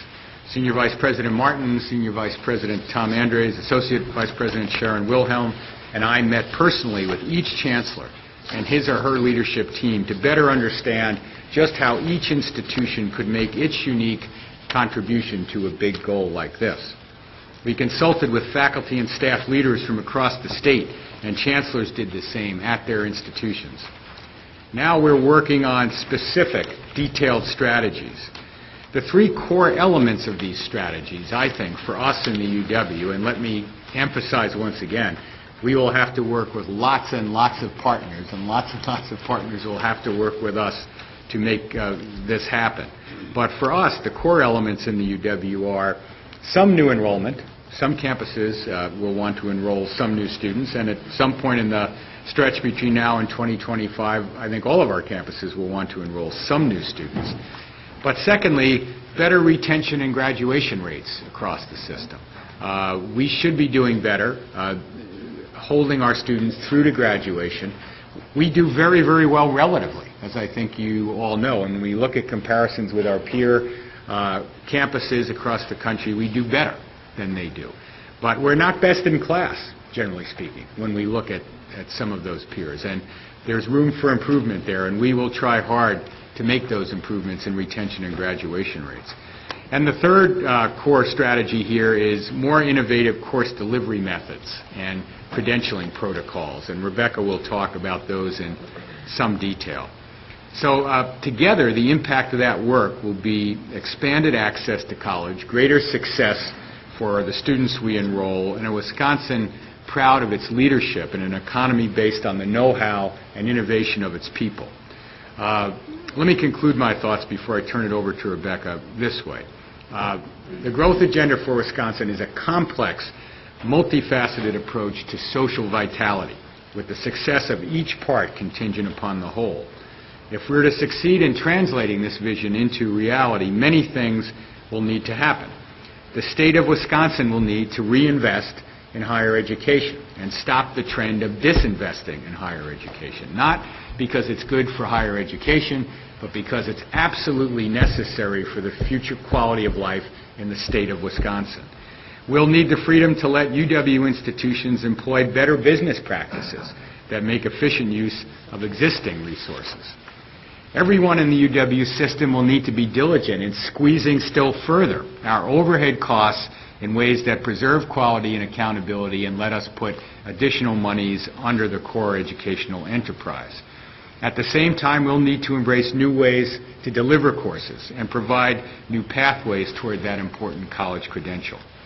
We'll have to advocate for increases in all sorts of need-based financial aid, too, building on recently announced increases in the Pell program, the federal program, as well as new private sources like the Fund for Wisconsin Scholars, as well as continuing to advocate very hard with the state of Wisconsin to continue to increase its contributions to financial aid for our students.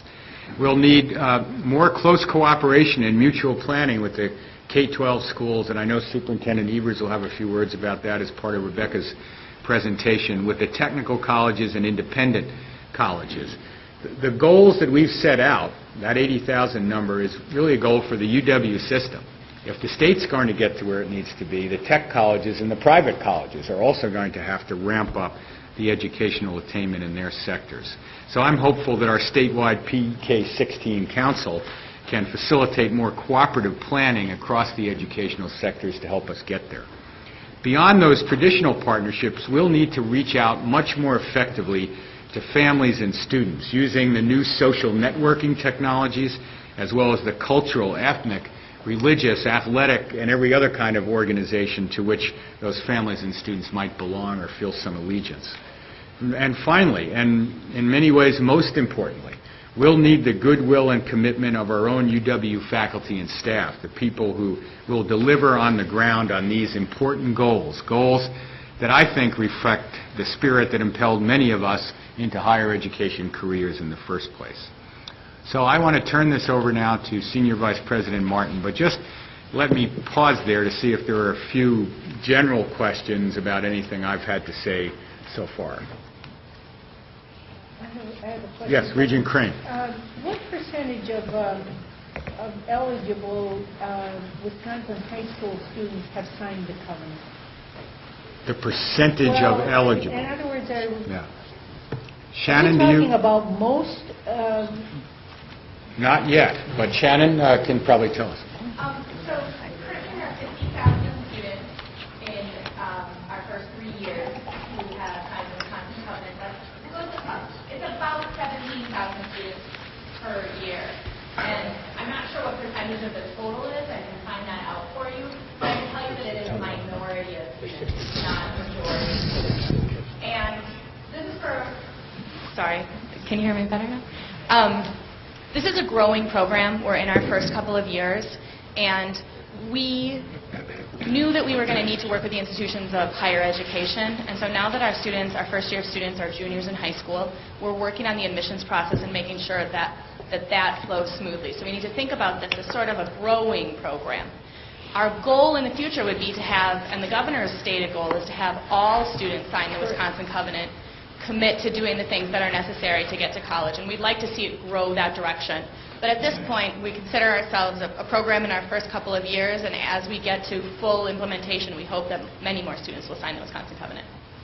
I think that's a matter of a lot of thought, it seems to me, because the goal ought to be that virtually every student is going to sign a covenant, because that's the whole point. And I realize that we're growing into this and that's important, but how the message is delivered across the state determines who signs up, it seems to me. And I'm wondering, I'm really just interested in the dynamics of that. That's all. I think that's exactly right, and that's the reason, Regent Crane, we're introducing this UW Covenant Scholars Package, pre-admission especially, to help send that message from the university to those students. And our fellow sectors, the tech colleges and the private colleges, I think, are working with Shannon's office to do similar work. Yes, Regent Bartel. I had a question just about the general objectives of the growth agenda. As I understand it, we're trying to achieve 80,000 cumulative additional graduates, and that 80,000 includes both baccalaureate degrees and associate degrees. Yes. And of that 80,000, about, am I right, about 15% would be associate degrees? I think that's about right, yeah. Okay. And all of this is, we want to occur by 2025. Mm-hmm. How did we choose 2025 as the finish line? Mm-hmm. Well, maybe it would be best to let Rebecca address some of that, because I think it's filtered into the comments that she has. So if we could move to her, and if you don't get the answer to your question by the end of her remarks, remind us, but I think we have. Okay, thank you. I'm going to start with 3 slides that were in the materials that we sent to you. I will just point out the numbers on these slides have changed slightly as a few of our campuses have continued to refine their projections, but basically the shape of the curve, as you see, is basically the same. To answer your question, Regent Bartel, when we started this process, we looked at various milestones, and actually in our planning we're using milestones for 2015, 2020, and 2025. Some of the national projections that the Obama administrations and others have used 2020 and 2025, and we just thought we would choose the horizon that would give us the most opportunity to really make a difference. So there's varying levels of specificity as it gets further out into the future. Of course, it's not quite as clear how we'll do this. And of course, most of us won't be around by that time. That's right.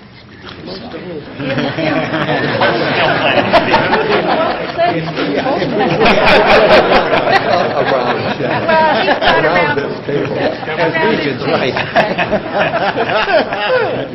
Okay, let me just talk a little bit about this first slide. This really shows how we get to the 80,000 degrees. They are annual increases that start out quite modestly and increase over the 15-year period. Added together, these these increases year by year accumulate to be 80,000 additional degrees between now and 2025. So in 2025, our aim is to be awarding 7,700 more degrees than we are this year. And that is, as you pointed out, Regent Bartel, both associate and bachelor's degrees. This is an iterative process. We came up with the 80,000 degrees number through working closely with the campuses over the past 5 months. We began, as Kevin indicated, with campus leadership, but there's now broad campus participation in these discussions. And it was really, we started with, a very aspirational goal that we threw out and said, could we get there? And then really talked about what would be possible. And this is aspirational, but it also, we believe, is possible. This is the same data, but depicting the annual increases by type of degree. The blue at the very bottom of this graph are associate's degrees. The red are additional bachelor's degrees. The purple are additional graduate degrees, and while graduate degrees are not part of the goal, the 80,000 goal, they are a very important part of our growth, and so we wanted to be sure to include that as well. And if you see here you can see the difference between where we are today, that's 2008-9 was our most recent graduating class, and where will we be at the end of 25-26 is the 7,700 degrees. The goal for additional bachelor's, associates and bachelor's degrees by campuses is the next slide. This was also in your materials. These are all substantive increases, and I don't think there's any one of our institutions that's not a major player in this picture, but I wanted to just point out a few numbers that might have raised questions as you looked at this material. One is Milwaukee with a large degree, additional degree goal of 14,000. Milwaukee has a very large student body with opportunity for greater impact of increased graduation and retention rates. They're not planning new increases in their freshman class, but a focus on additional online degrees and transfers, and they are part of the Wisconsin Transfer Equity Study, where we are looking for ways to improve the transfer pathway from, in this case, from MATC to Milwaukee, but really we hope we will learn from this study about how we can make that transfer pathway more effective for students of color and other students at all of our institutions. Milwaukee is also the most undereducated region of the state, and so there's a very important opportunity there for increasing participation by students of color and by adult students. The UW colleges also have a substantial number there in this goal with more than 11,000 new degrees. The colleges plan to graduate most of their transfer students with an associate's degree. Currently, that does not occur. Most students who transfer from one of our UW colleges to one of our four-year institutions transfer before they qualify for the associate's degree, and there are many benefits for the students in terms of both the expense as well as their ultimate success if they complete the associate's degree at the UW colleges, and they will be working towards that. UW Extension is not listed here because, of course, they don't award degrees, but they're a very important player as well in developing the college-bound pipeline through many of their community programs, in supporting the expansion of online offerings through their continuing education and e-learning program, and in reaching potential adult students. The pipeline to a bachelor's degree, of course, starts far before the students enter our campuses, and you see here the continuum from K-12 to high school graduation to into higher education to the awarding of a college degree. And there are a number of impact points and statistics, indicators that we need to track along the way: high school graduation rates, retention rates, college-going rates, transfer rates. These are all very important issues of the pipeline. And as we think about providing a broader, deeper cut of Wisconsin population with the benefits of a college degree, we will be paying particular attention to what we're calling populations of opportunity: adult students, students of color, first generations, and low-income students, many of these from groups that are currently underserved in our programs. But before I go any further here, I would like to turn to Regent Evers, who will talk about the related efforts in the K-12 arena where this pipeline begins. Thanks, Rebecca, and good morning. Sorry I was late today. It's good to be in Fond du Lac. Actually, my wife is an alumnus of UW Fond du Lac, and she reminds me occasionally that at the appropriate time that she had a 4.0 here, and that certainly isn't the case with me. I was also born and raised in the area, and I had an opportunity to be a superintendent of a school district in the area. And I have to tell the Chancellor, I don't know if she's still here, that when I was superintendent in the area, the relationship our district had with both the Extension and UW Fond du Lac was just outstanding. It was good for our community and good for our kids. Now, with that said, a little bit about K through 12. As you see on the arrow, there's a huge issue around how we perform as it relates to how the university system and all higher ed can meet these goals. At the present time, over 89% of Wisconsin kids graduate from high school, which is one of the highest, if not the highest, graduation rate in the country. However, we absolutely can't be satisfied with that. We have to ensure that every child is a graduate and not just 89% of the children graduating. A few sobering facts: well, 65,000 public school students graduate every year, 7,000 don't, and that plays out in a whole bunch of ways in those individuals' lifetimes, not only for them personally, but for their communities in which they live. A few other sobering facts: African American students are 6 times more likely to drop out than white students. For the class of 2008, 1 in 3 African American students failed to earn a diploma, which is one of the largest achievement gaps in the country. American Indian and Hispanic students are 4 times more likely to drop out than white students in Wisconsin. For the class of 2008, 1 in 4 American Indian and Hispanic students failed to graduate.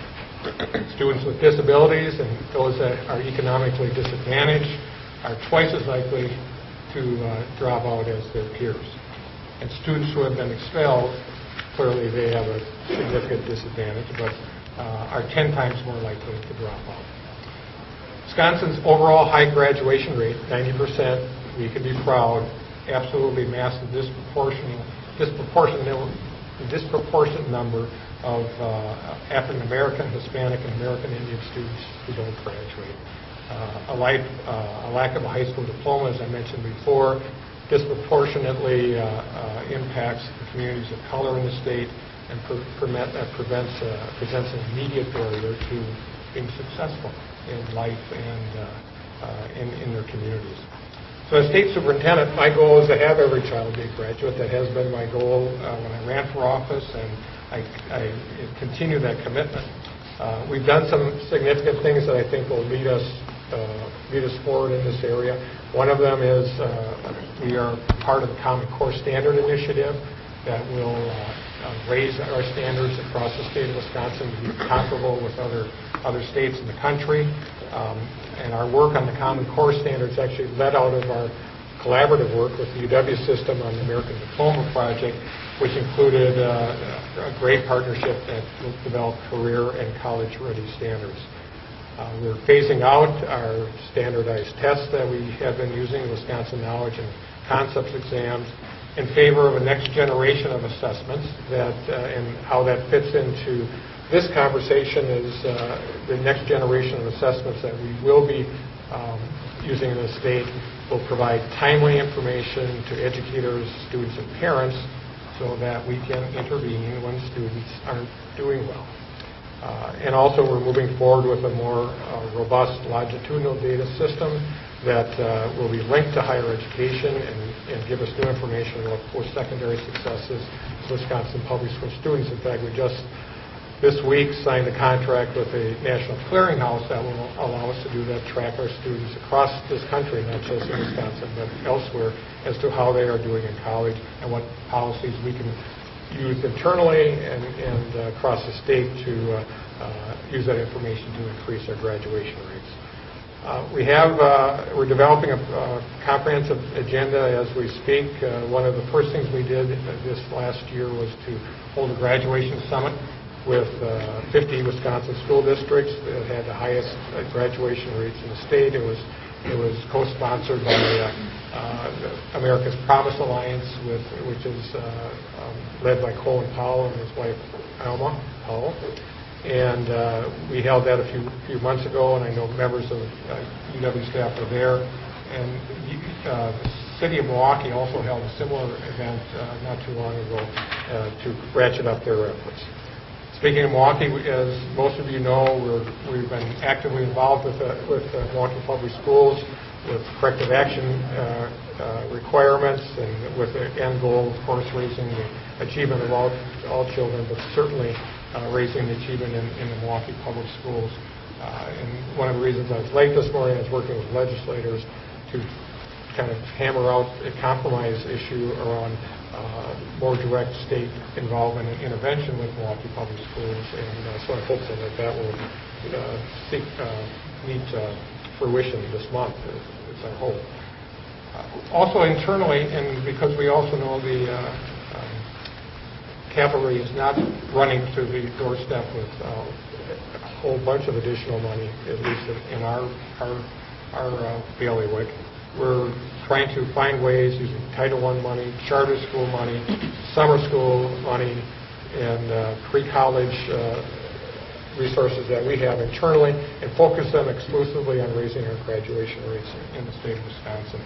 We're planning to develop a statewide early intervention system that would better identify students who are at risk of not graduating and provide targeted interventions for them. We're looking to develop transition plans based on this early indicator data to support kids and make sure that that transition between 8th and 9th grade doesn't become a parking lot for students for the rest of their careers. There are cost-effective credit recovery programs that we support. CISA 9 is an example that uses virtual education courses to get credit recovery to students who are in danger of not graduating. And I'm a significant supporter of early college high schools. A good example of that is Lakeview Technology Academy in Kenosha. It's a school for at-risk kids, and they partner directly with Gateway Technical College, and students that attend this school graduate in 4 years with 1 year of technical college under their belt in areas, careers that the Kenosha area needs. And the graduation rate is as high as any place in the state of Wisconsin. The lesson here is that students that are at risk can succeed, and can succeed well if we begin to break down those barriers between secondary school and post-secondary school, so they see a reason for being in high school, see a reason for continuing their education, which is critical. And also, I believe we must seek reforms in teacher education and preparation programs. We have to continue to redouble our efforts, frankly, to make sure that we attract and retain the highest quality people to the profession. So in short, I think the goals of K-12 and my administration for increasing graduation rates, especially among kids of color, African American kids, Hispanic children, American Indian students, align directly with the UW growth agenda. And I'm excited about the opportunities of working with the system and all of post-secondary to make this happen. So, thank you. Thank you. We're looking forward to all those new high school graduates, and we want to be sure that we're ready for them. So how will we do this? We have 4 sets of strategies at both the campus and the system level, and they're depicted in this graphic. Improve results. We must do a better job with the students we currently admit. Enhance the pipeline. As Regent Evers has indicated, along with our colleagues in the K-12 arena, we need to work to have more college-ready students graduate from high school and seriously consider coming to a UW campus. We need to increase enrollment in multiple ways that I will talk about in a minute. And we need to offer alternative pathways to find new ways to offer relevant programming and provide people with post-secondary credentials. Throughout all of these strategies, we will continue to emphasize and invest in quality. We need to provide more better prepared graduates for Wisconsin. If the promise of value added for a college education is real, it must meet the needs of the 21st century workplaces and communities. So let me give you some specifics in each of these areas. We have tremendous potential to increase the success rates of our students. If you take our largest and most selective institution out of the mix, we graduate about half of the students that we admit to an institution in the UW system. That's not good enough, and we will focus new attention on improving our retention and graduation rates. Even our most selective institutions have peers where students are more successful, and they too have committed to improve. Across the system, we have committed to increase graduation and retention rates by 3 percentage points by 2025.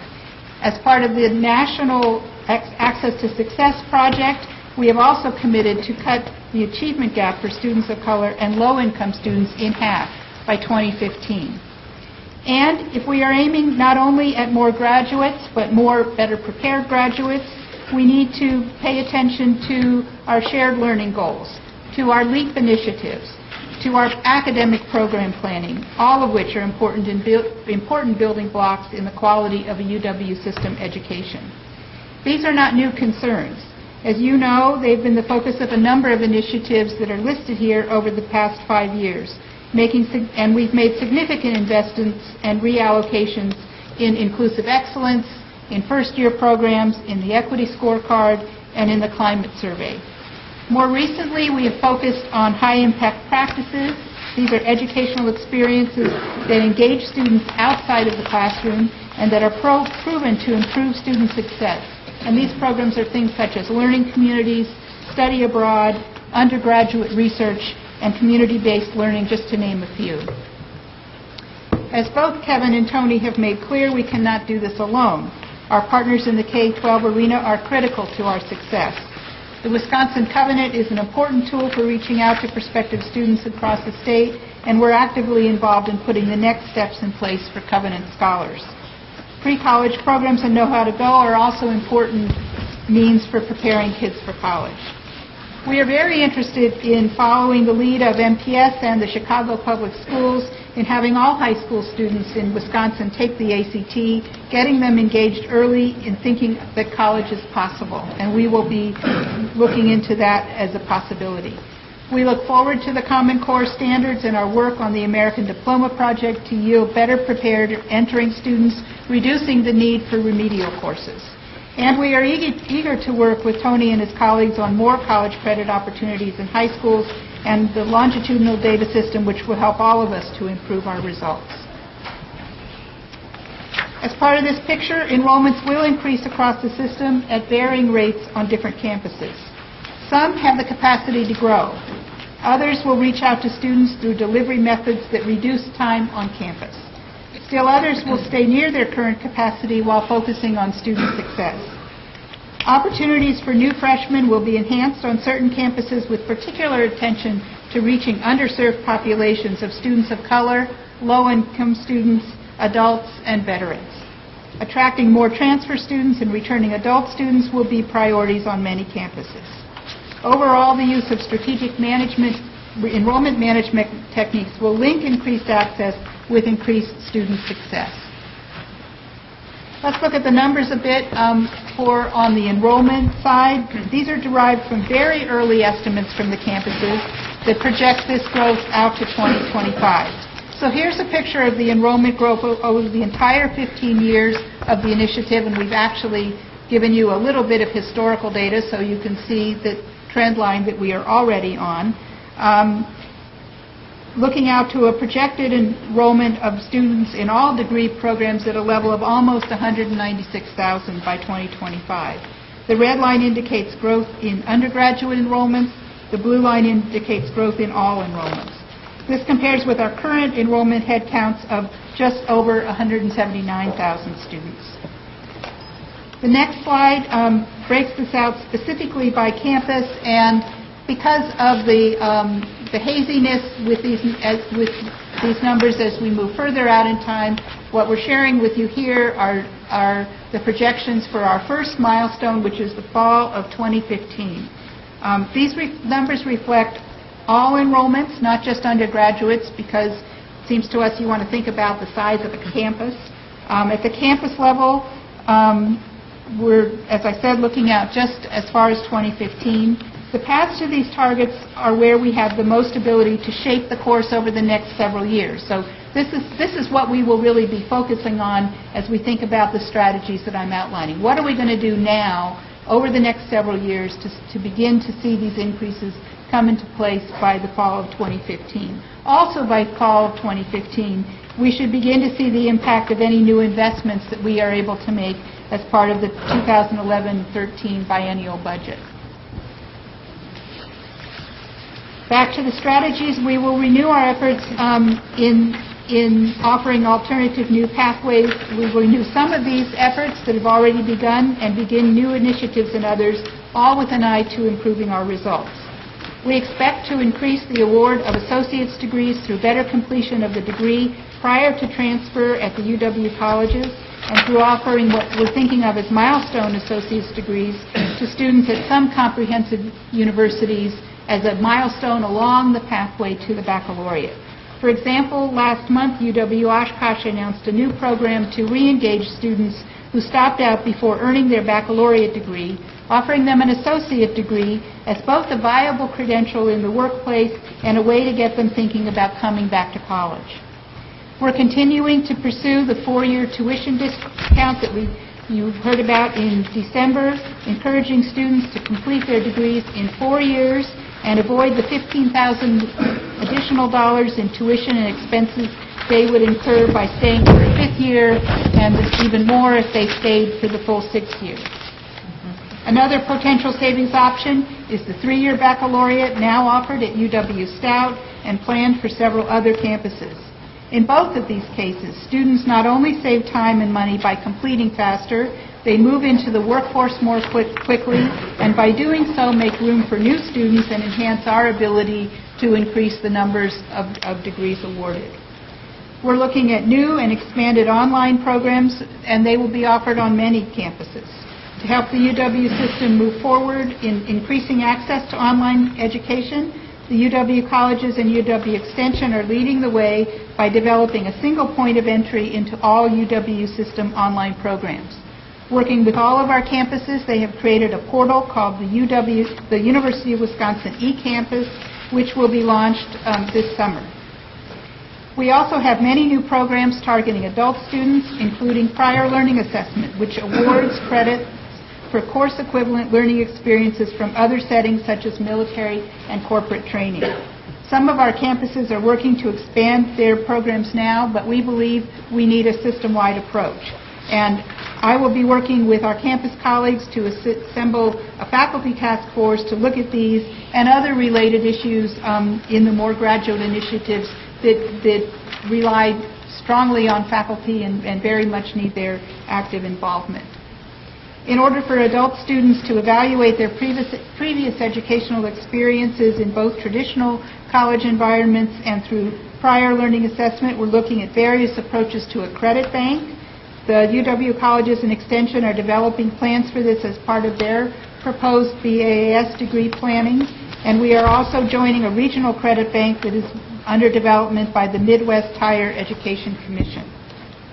And we're developing new degree programs to meet the emerging needs of the state so that the graduates we produce will match the growing needs of the workforce.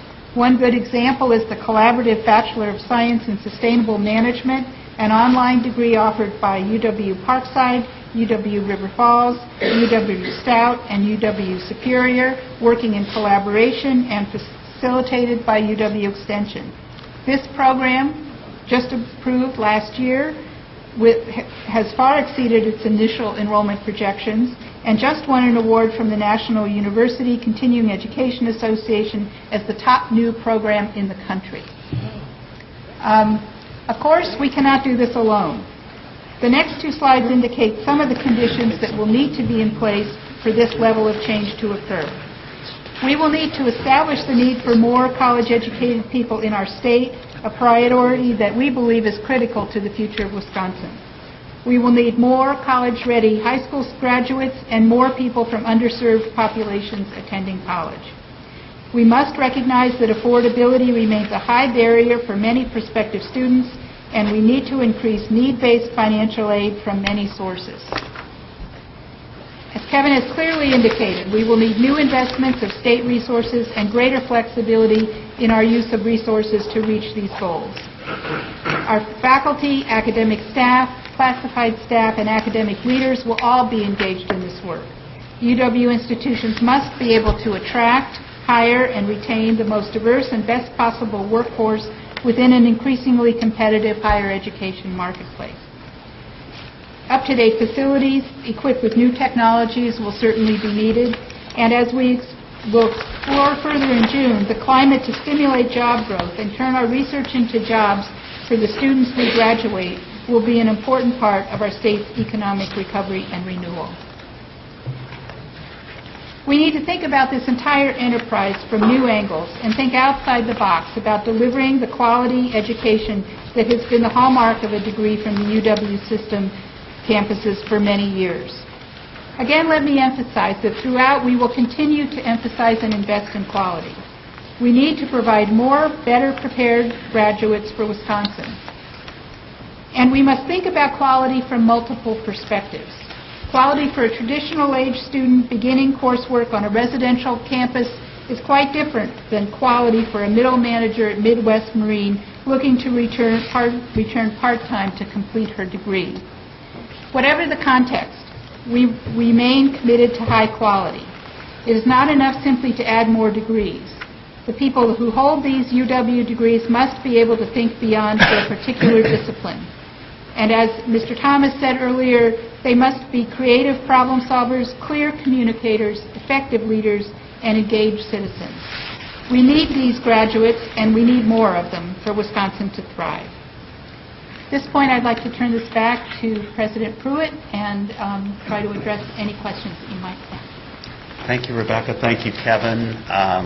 This is obviously a lot to react to and talk about.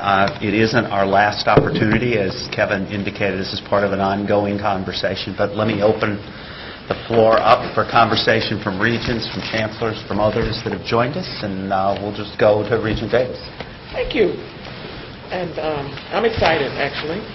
And I have a question, and it is with respect to the I'm presuming that the process for determining how many additional degrees, associate and bachelor's degrees, on the campus is on that slide that had each one of the campuses' goal, and you specifically talked about UWM, acknowledged that UWM and UW colleges kind of are carrying a big chunk of the weight for that period. And you mentioned broad strokes around what UWM will be targeting, students of color and adult learners, and then UW colleges being retention up through the associate degree level. My question is, when you set these goals per campus, in conjunction with conversations, multiple of which, with each of the campuses, were there strategies identified and met your level of some kind of qualitative assessment in order to say that 14,500 or 14,050 or 11,700 really is attainable, stretch as it may be? And if the answer is yes, you know something about what these strategies might be, will we, as part of the process, hear more details at some point about the specific strategies that will be employed by each of the campuses, especially those two? I think the answer to all of those questions is yes. Okay.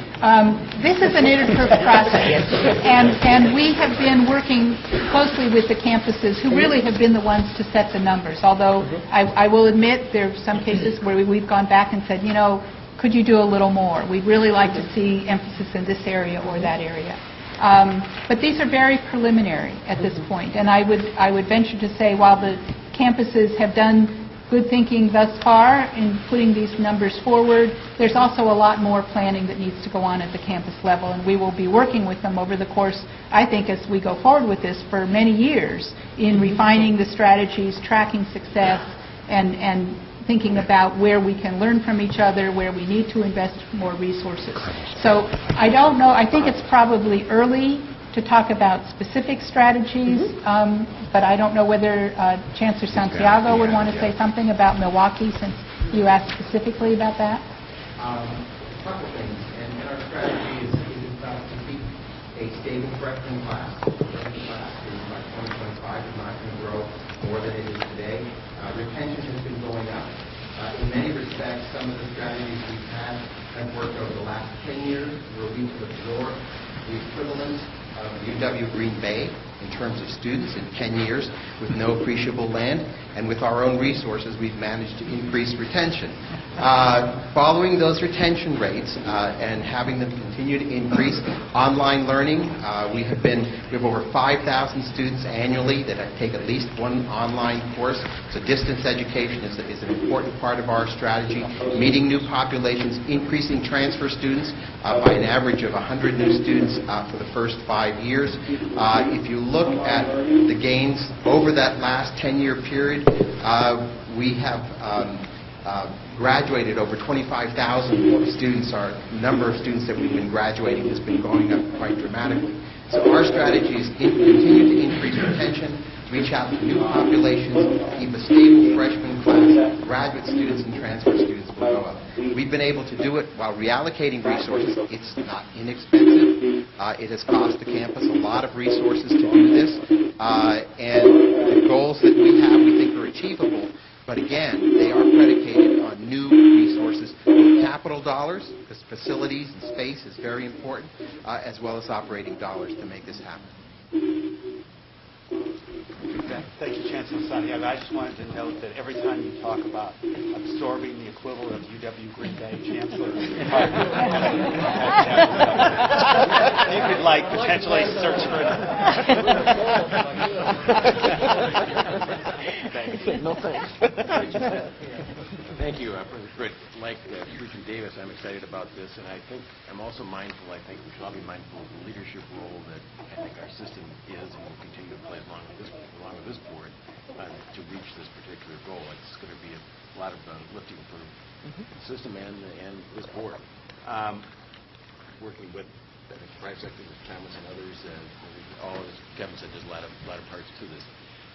Asking President Pruitt and others of us sat on a committee 5 or 6 years ago that talked about the same subject, about getting more graduates from our system. And one of the things we looked at then was what other states were doing. We're not the only state, not the only system who was, I'm sure, looking at the subject matter that we're talking about today. What has been successful or not successful with other states who have tried to accomplish the same thing that we're accomplishing, trying to do with the goal that President Riley has set forth. Is there anything we can learn from that? Well, there's quite a bit that we can learn. And we actually are part of, I mentioned earlier, and I think we talked in the education committee about a project that we're part of called Access to Success. This is a joint project of the Education Trust and NASS, the National Association of System Heads. It's a group of now, I think, 15 systems across the country that are making commitments and setting goals about increasing graduation. And in some cases, increasing graduation, in some cases, increasing enrollment, in some cases, but we're talking about doing both, and we're working collaboratively across. Learning from each other as we build towards these goals. So you're right, we're not the only ones. Kentucky has double the numbers. California State University System has just said we're going to close the achievement gap. They have a graduation project focused very much on graduation. So we really are looking at best practices and drawing from the experiences of others. But I don't think there's anybody that's there yet, so we don't have an experience to look back on and say this was successful, how did they do it? But we're learning from each other as we move forward. Commissioner Crane. I have two comments, and I'm finding this very exciting as well.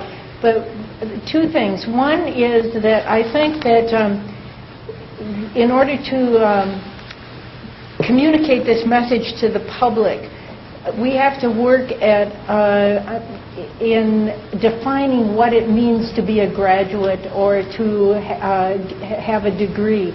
It seems to me there's a good deal more flexibility these days about what kinds of preparation people need in various areas. That was in my day, it was much more restrictive and defined, and the flexibility. Things like 3-year degrees and so forth, there's a good deal more flexibility that's required in every sense these days. The other comment I wanted to make is, as I listened to Tony, I think that no matter where we are in the educational picture, we also, in order to really make a difference over the next generations, we need to support education at the very lowest levels, including preschool and strengthening families. And we saw looking at the work of the extension that does things in those areas, and we just simply must, in order to really make a difference for people, so that we start at the beginning. We all need to support that, and that we need to be integrated with that. Regent Vasquez. I'm glad to, also like everybody else, I'm very excited about all of this happening. Just a couple of thoughts. One of them is that, and I'm very appreciative of Tony's comment and commitment, and I'm also glad that when Chancellor Santiago was talking about the way that they're arriving at their numbers, they did not necessarily highlight Milwaukee Public Schools' dependency on them, because I think that they need a tremendous amount of help at this particular time, and that would make me a little nervous to set a goal and be very dependent on a system that unfortunately, for a multiplicity of reasons, needs a lot of help. And so I'm very pleased to see that it's not going to be very dependent on what's happening there. On the chart that has the arrow, and I noticed on the bottom that you have populations of opportunity, and you made reference to UW-Oshkosh degree, associate degree. I'm wondering why those students or former students that left us without a degree, is that included within this adult students category? My sense is that there's a rather substantial pool of those individuals that, for a variety of reasons, left the system and chose not to graduate or couldn't graduate. And so I'm wondering if there's any possibility of including that as a true identified, as you have here, group that the system will target, since they've already been, we know them, they know us, hopefully it might be easier to attract them back into the system and really help them become successful completers. And in particular, I'm also interested in knowing if there's a way of also reaching out to those individuals, putting special emphasis on the students of color that went through the system but didn't graduate as part of that group. Because I think there's a very, very large pool of students. As a system, we have been bringing students of color into the system, so it's not as if we haven't been doing that. Our difficulty is they haven't been graduating. Right. And so is there a way of using this entire initiative as a way of putting a special emphasis on students of color who have come in, but for whatever reason just did not graduate? And I think this might be an opportunity to really highlight and to really be innovative. And I think that the idea of Oshkosh, of using that as maybe the way of attracting them back is by not necessarily already right away talking about how we're going to help you with the baccalaureate degree, but maybe really help you get that associate degree and then use that as the launching pad eventually to the four-year degree. I think that Oshkosh, because of its experience with the graduation project at the baccalaureate level, had a lot of good track record to build on and is first out of the gate with this approach to reach returning adult students. But I would venture to say there's similar plans being made on many campuses. And I think that we're not only going to be looking at our own students and getting the people back who have already been on our campuses, but we know that most adults who finish college as adults do so with experiences on in multiple institutions. So we're going to be looking for those adult students with some college, wherever they are, both in terms of finishing the associate's degree and bringing them back for the baccalaureate degree. The Adult Student Initiative that's been led through UW Extension has been working very actively in this arena over the last several years, and we're beginning to see the results of that work already. So it's definitely a part of it. Good. Chancellor Wells? Yeah, there a couple points. When we started the graduation project back in 2004, focused on the baccalaureate, we went back and gave specialized services and support and contact to people who stopped out, had 90 credit hours or above, and were good academic standing. And to your point about the diversity of that group, very little. The point is we're losing them much sooner than that. And so we don't have exactly the details yet on the demographic profile of the students who have stopped out between 45 and 89 credits. And at Oshkosh, in the past 6 years only, that was 2,100 students. About 400 and something of them are not in good academic standing, so we didn't go after them. We then sent the remaining 1,700 to the National Clearinghouse, Data Clearinghouse, and determined that around 900 of them had transferred, and about 400 of them had completed a degree elsewhere. And that left us around 700 who stopped out in good academic standing between, again, 45 and 89 credit hours, did not transfer and did not complete a degree in their good academic standing.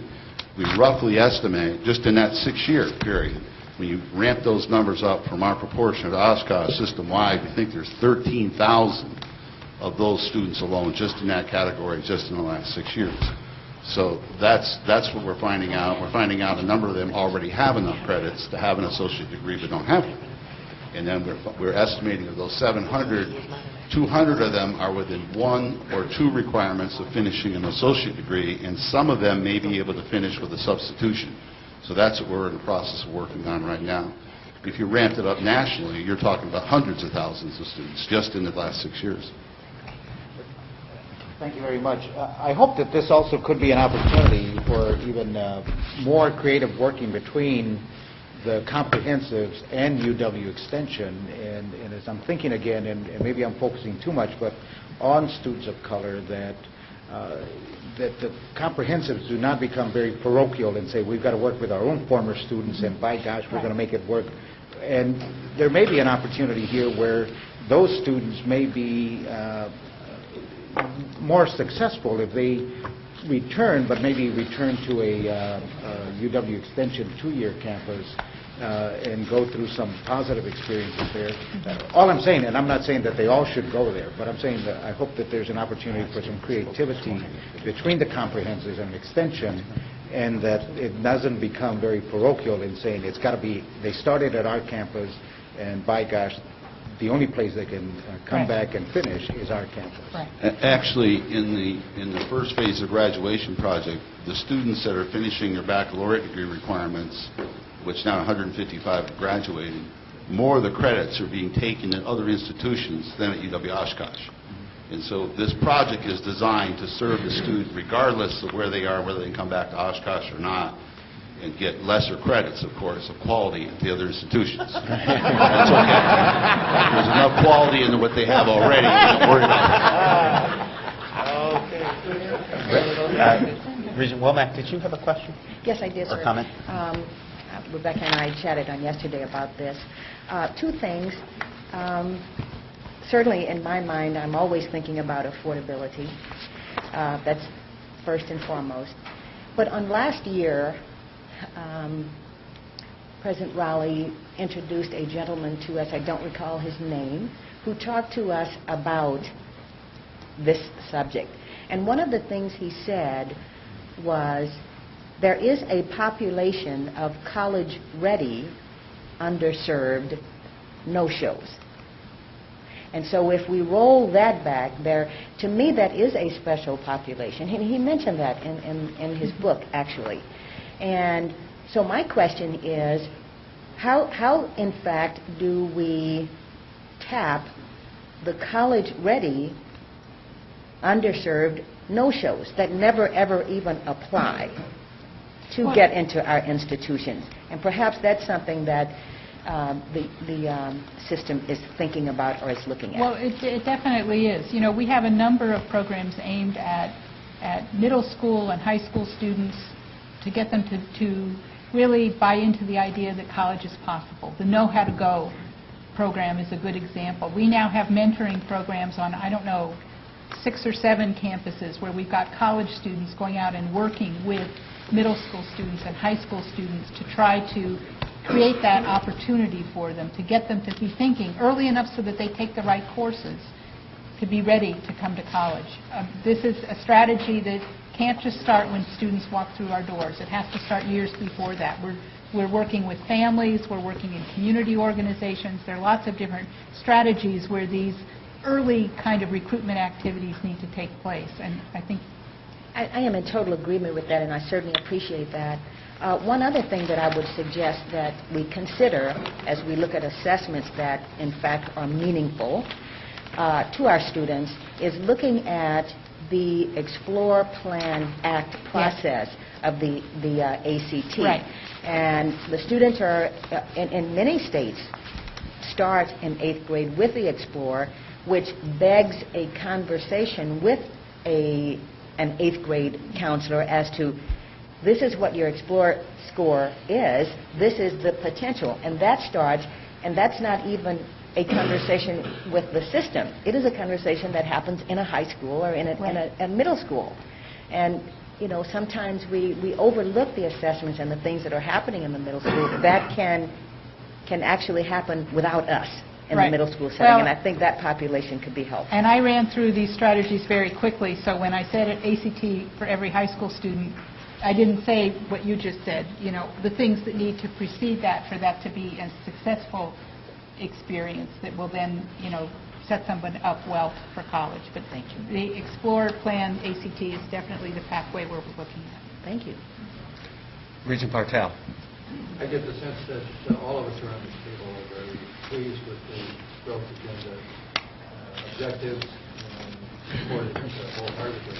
And I'm quite confident that we can achieve the goal of 80,000 cumulative additional grads. I'm equally confident that we will not achieve it unless there are additional resources provided by the state and other sources to reach that goal, not just in the operations of the university, but particularly in financial aid. As you know, we are very niggardly in our providing of financial aids around the state, and all of the people who we're trying to bring in from the pipeline and get interested in coming are going to need assistance in achieving enrollment, retaining their enrollment, and then reaching the goal of a degree. And I guess I'm wondering how we're going to do that. I mean, I guess we're making the case here. We're all going to have to go out and present that case, and we're going to have to convince the legislature that this is important, not just for the university, but for the entire state.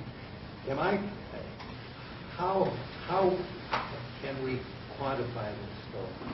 If we want 80,000 additional graduates in 15 years, what is that going to cost on top of the cost to continue? Is there a way to figure that out? I'd say, we're at the very beginning of that process now, and what makes it very complicated is you've got a variety of different methods of getting there whose costs attached to each are variable. What it costs to get the 17-year-old or 18-year-old through for 5 years in a traditional way on a campus is different from what it's going to cost to have somebody complete the Oshkosh Baccalaureate Completion Program is different from what it's going to cost from somebody who comes in to the UW Green Bay Bachelor of Applied Sciences or Studies program with an associate degree from the technical colleges is different from what it might cost if somebody comes in and has a lot of prior credit evaluated and a lot of prior learning that he or she can demonstrate and then earns credit that way, not paying course by course. So we have very many different methods. So I couldn't today with any responsibility give you a number and say it will cost this. And I think what we have to do, keep in mind, this is a step-by-step process. We will be forming up a budget proposal for 11-13 with you between now and August, and we'll put some numbers out there about costs under what we hope to be doing in 11-13. And but again, this is, as I keep saying, building the bicycle as you're riding it. So I couldn't give you an easy number now.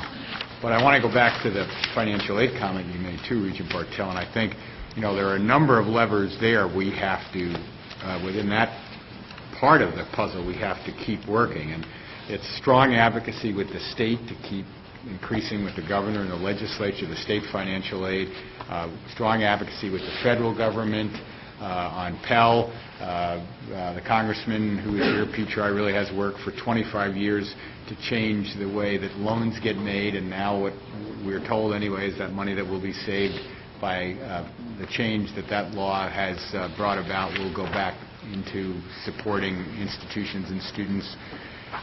More effort that we've worked on already and had some significant success in raising private dollars for need-based financial aid, building on the Fund for Wisconsin Scholars, building on the Covenant Foundation monies. All our campuses are working in that area.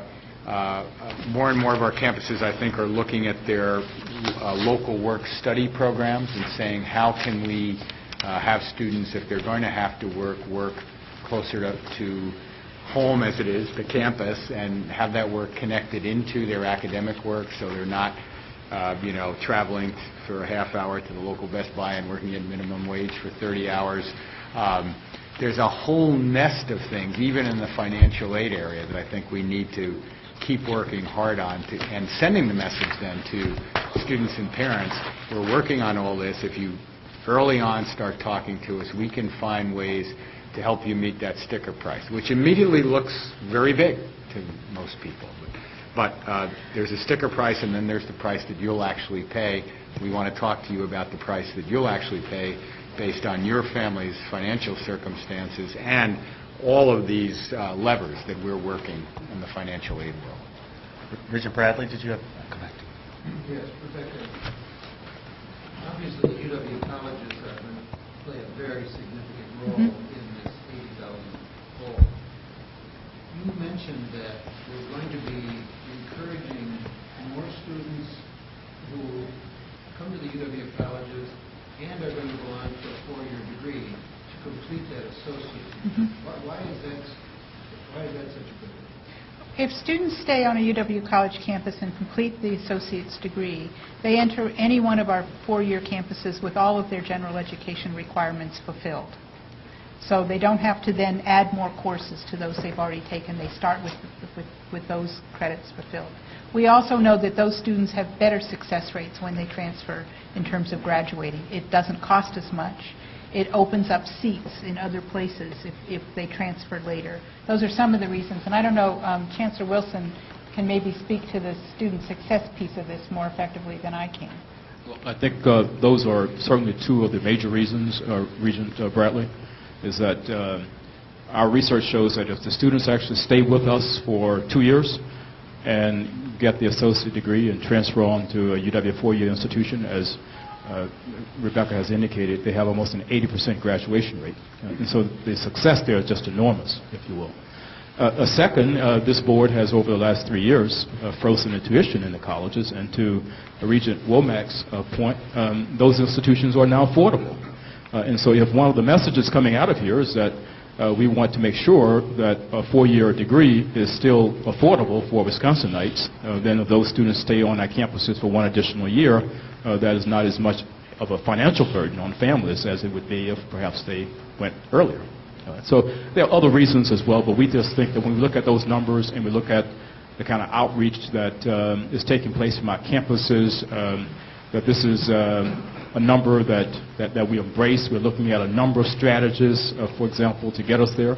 To Regent Vasquez's point, we are engaged in some preliminary discussion now between cooperative extension, for example, in the UW colleges where the likelihood exists that at some point we could have classes being offered at some of the county extension offices in a way that will maybe take that student who is college ready but perhaps is not being attracted into higher education and take some courses to where that student actually can access them. And so those discussions are in their embryonic phase, but we think that they show a lot of promise. One other comment here. One other point to that, which is that our data show that individuals with an associate's degree fare far better in the workplace than individuals with some college. So if a student leaves our two-year colleges with an associate's degree, transfers to a four-year college, and for whatever reason does not complete in a timely fashion, they've got a credential that really validates that college learning that they've done in those 2 years at one of our UW college campuses that they can use in the workplace to improve their play. So. Chancellor Nook, did you have something? This past year I had a study done for UW Marathon County and UW Marshfield Wood County. Those are institutions that send us a great deal of transfer students. And I looked at the success rate of how those students do depending on the number of credits that they transferred to us. For success rates, we looked at not only their retention rate and their graduation rates as a function of the number of credits that they were bringing in when they came, but also their first semester and second semester GPAs and how they were doing.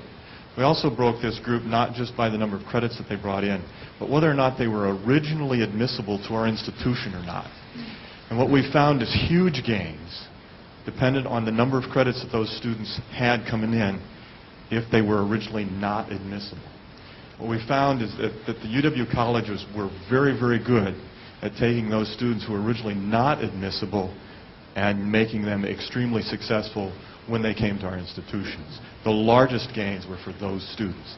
Now, we are only looking at those students who actually transferred, but many of these students are not admissible, could not have gotten into our institution, have gone through these two institutions successfully, transferred to us, and had better graduation rates, higher GPAs than those students that came through their programs that were originally admissible. So it really is a great way for many of these students to move into the comprehensive universities in UW-Madison when they weren't originally admissible to our programs. It was surprising to all of us, and I really have to tip my hat to those two colleges in particular. We've looked at UW-Fox Valley as well, same sort of results. But we don't have enough statistics for the other colleges on our university to be able to look at them effectively. But it really was surprising, I think, to everybody involved. And we saw a similar but slightly different story this morning with Sarah Ohm, in her own way, a different journey, sort of the same kind of thing. Regent Falbo, then we'll go. I wish we didn't have those statistics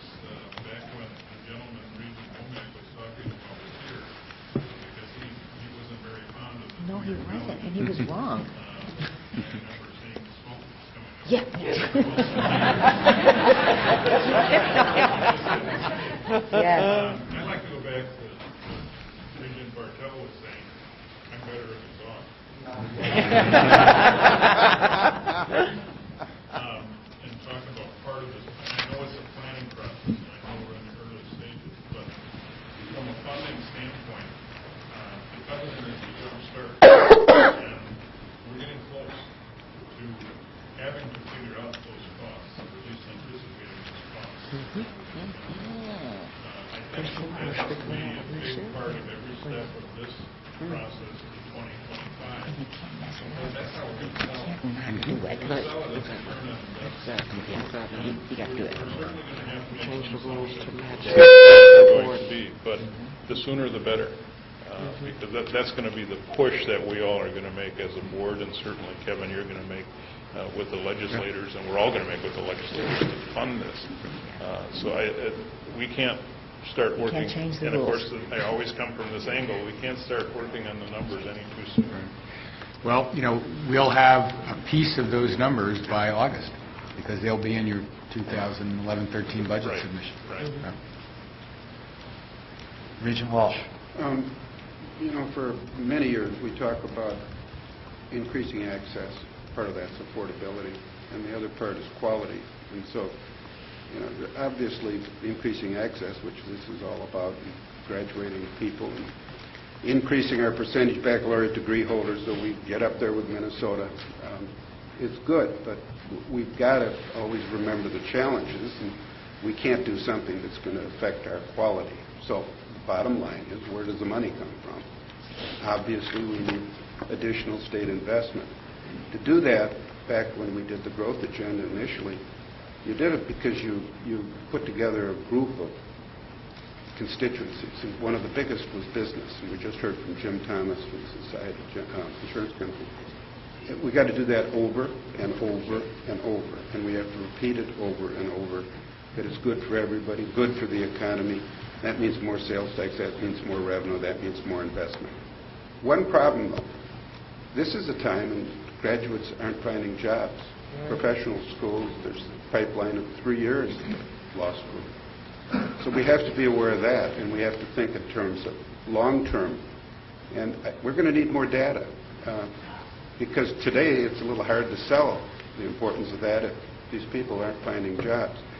What I found interesting about Jim's statement was it wasn't just the expansion of his business, but it was the nature of his business that needed people with different kinds of skills than 20 years ago. Those are the stories we have to sell, because at the end of the day, we have to have more state investment, and the only way to get it is to have a reasonable, rational story, and we have to have business standing by our side. So we have a lot of work to do. We also, I don't want to cut this short, but Secretary Radu told me at the beginning of this that we had till 12:45 or we were going to put our hosts and hostesses in serious danger of the lunch sort of blowing and disintegrating or something. So unless anyone has any additional comments, let me announce just a couple things. Lunch follows in the Commons.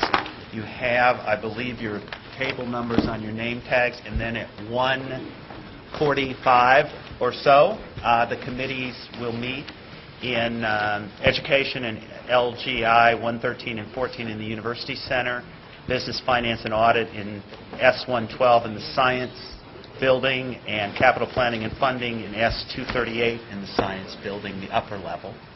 Is there anything else that we need to do? Could I just conclude by thanking all of the chancellors and provosts and chief business officers with whom we met through the course of a number of months to get us where we are today on this agenda.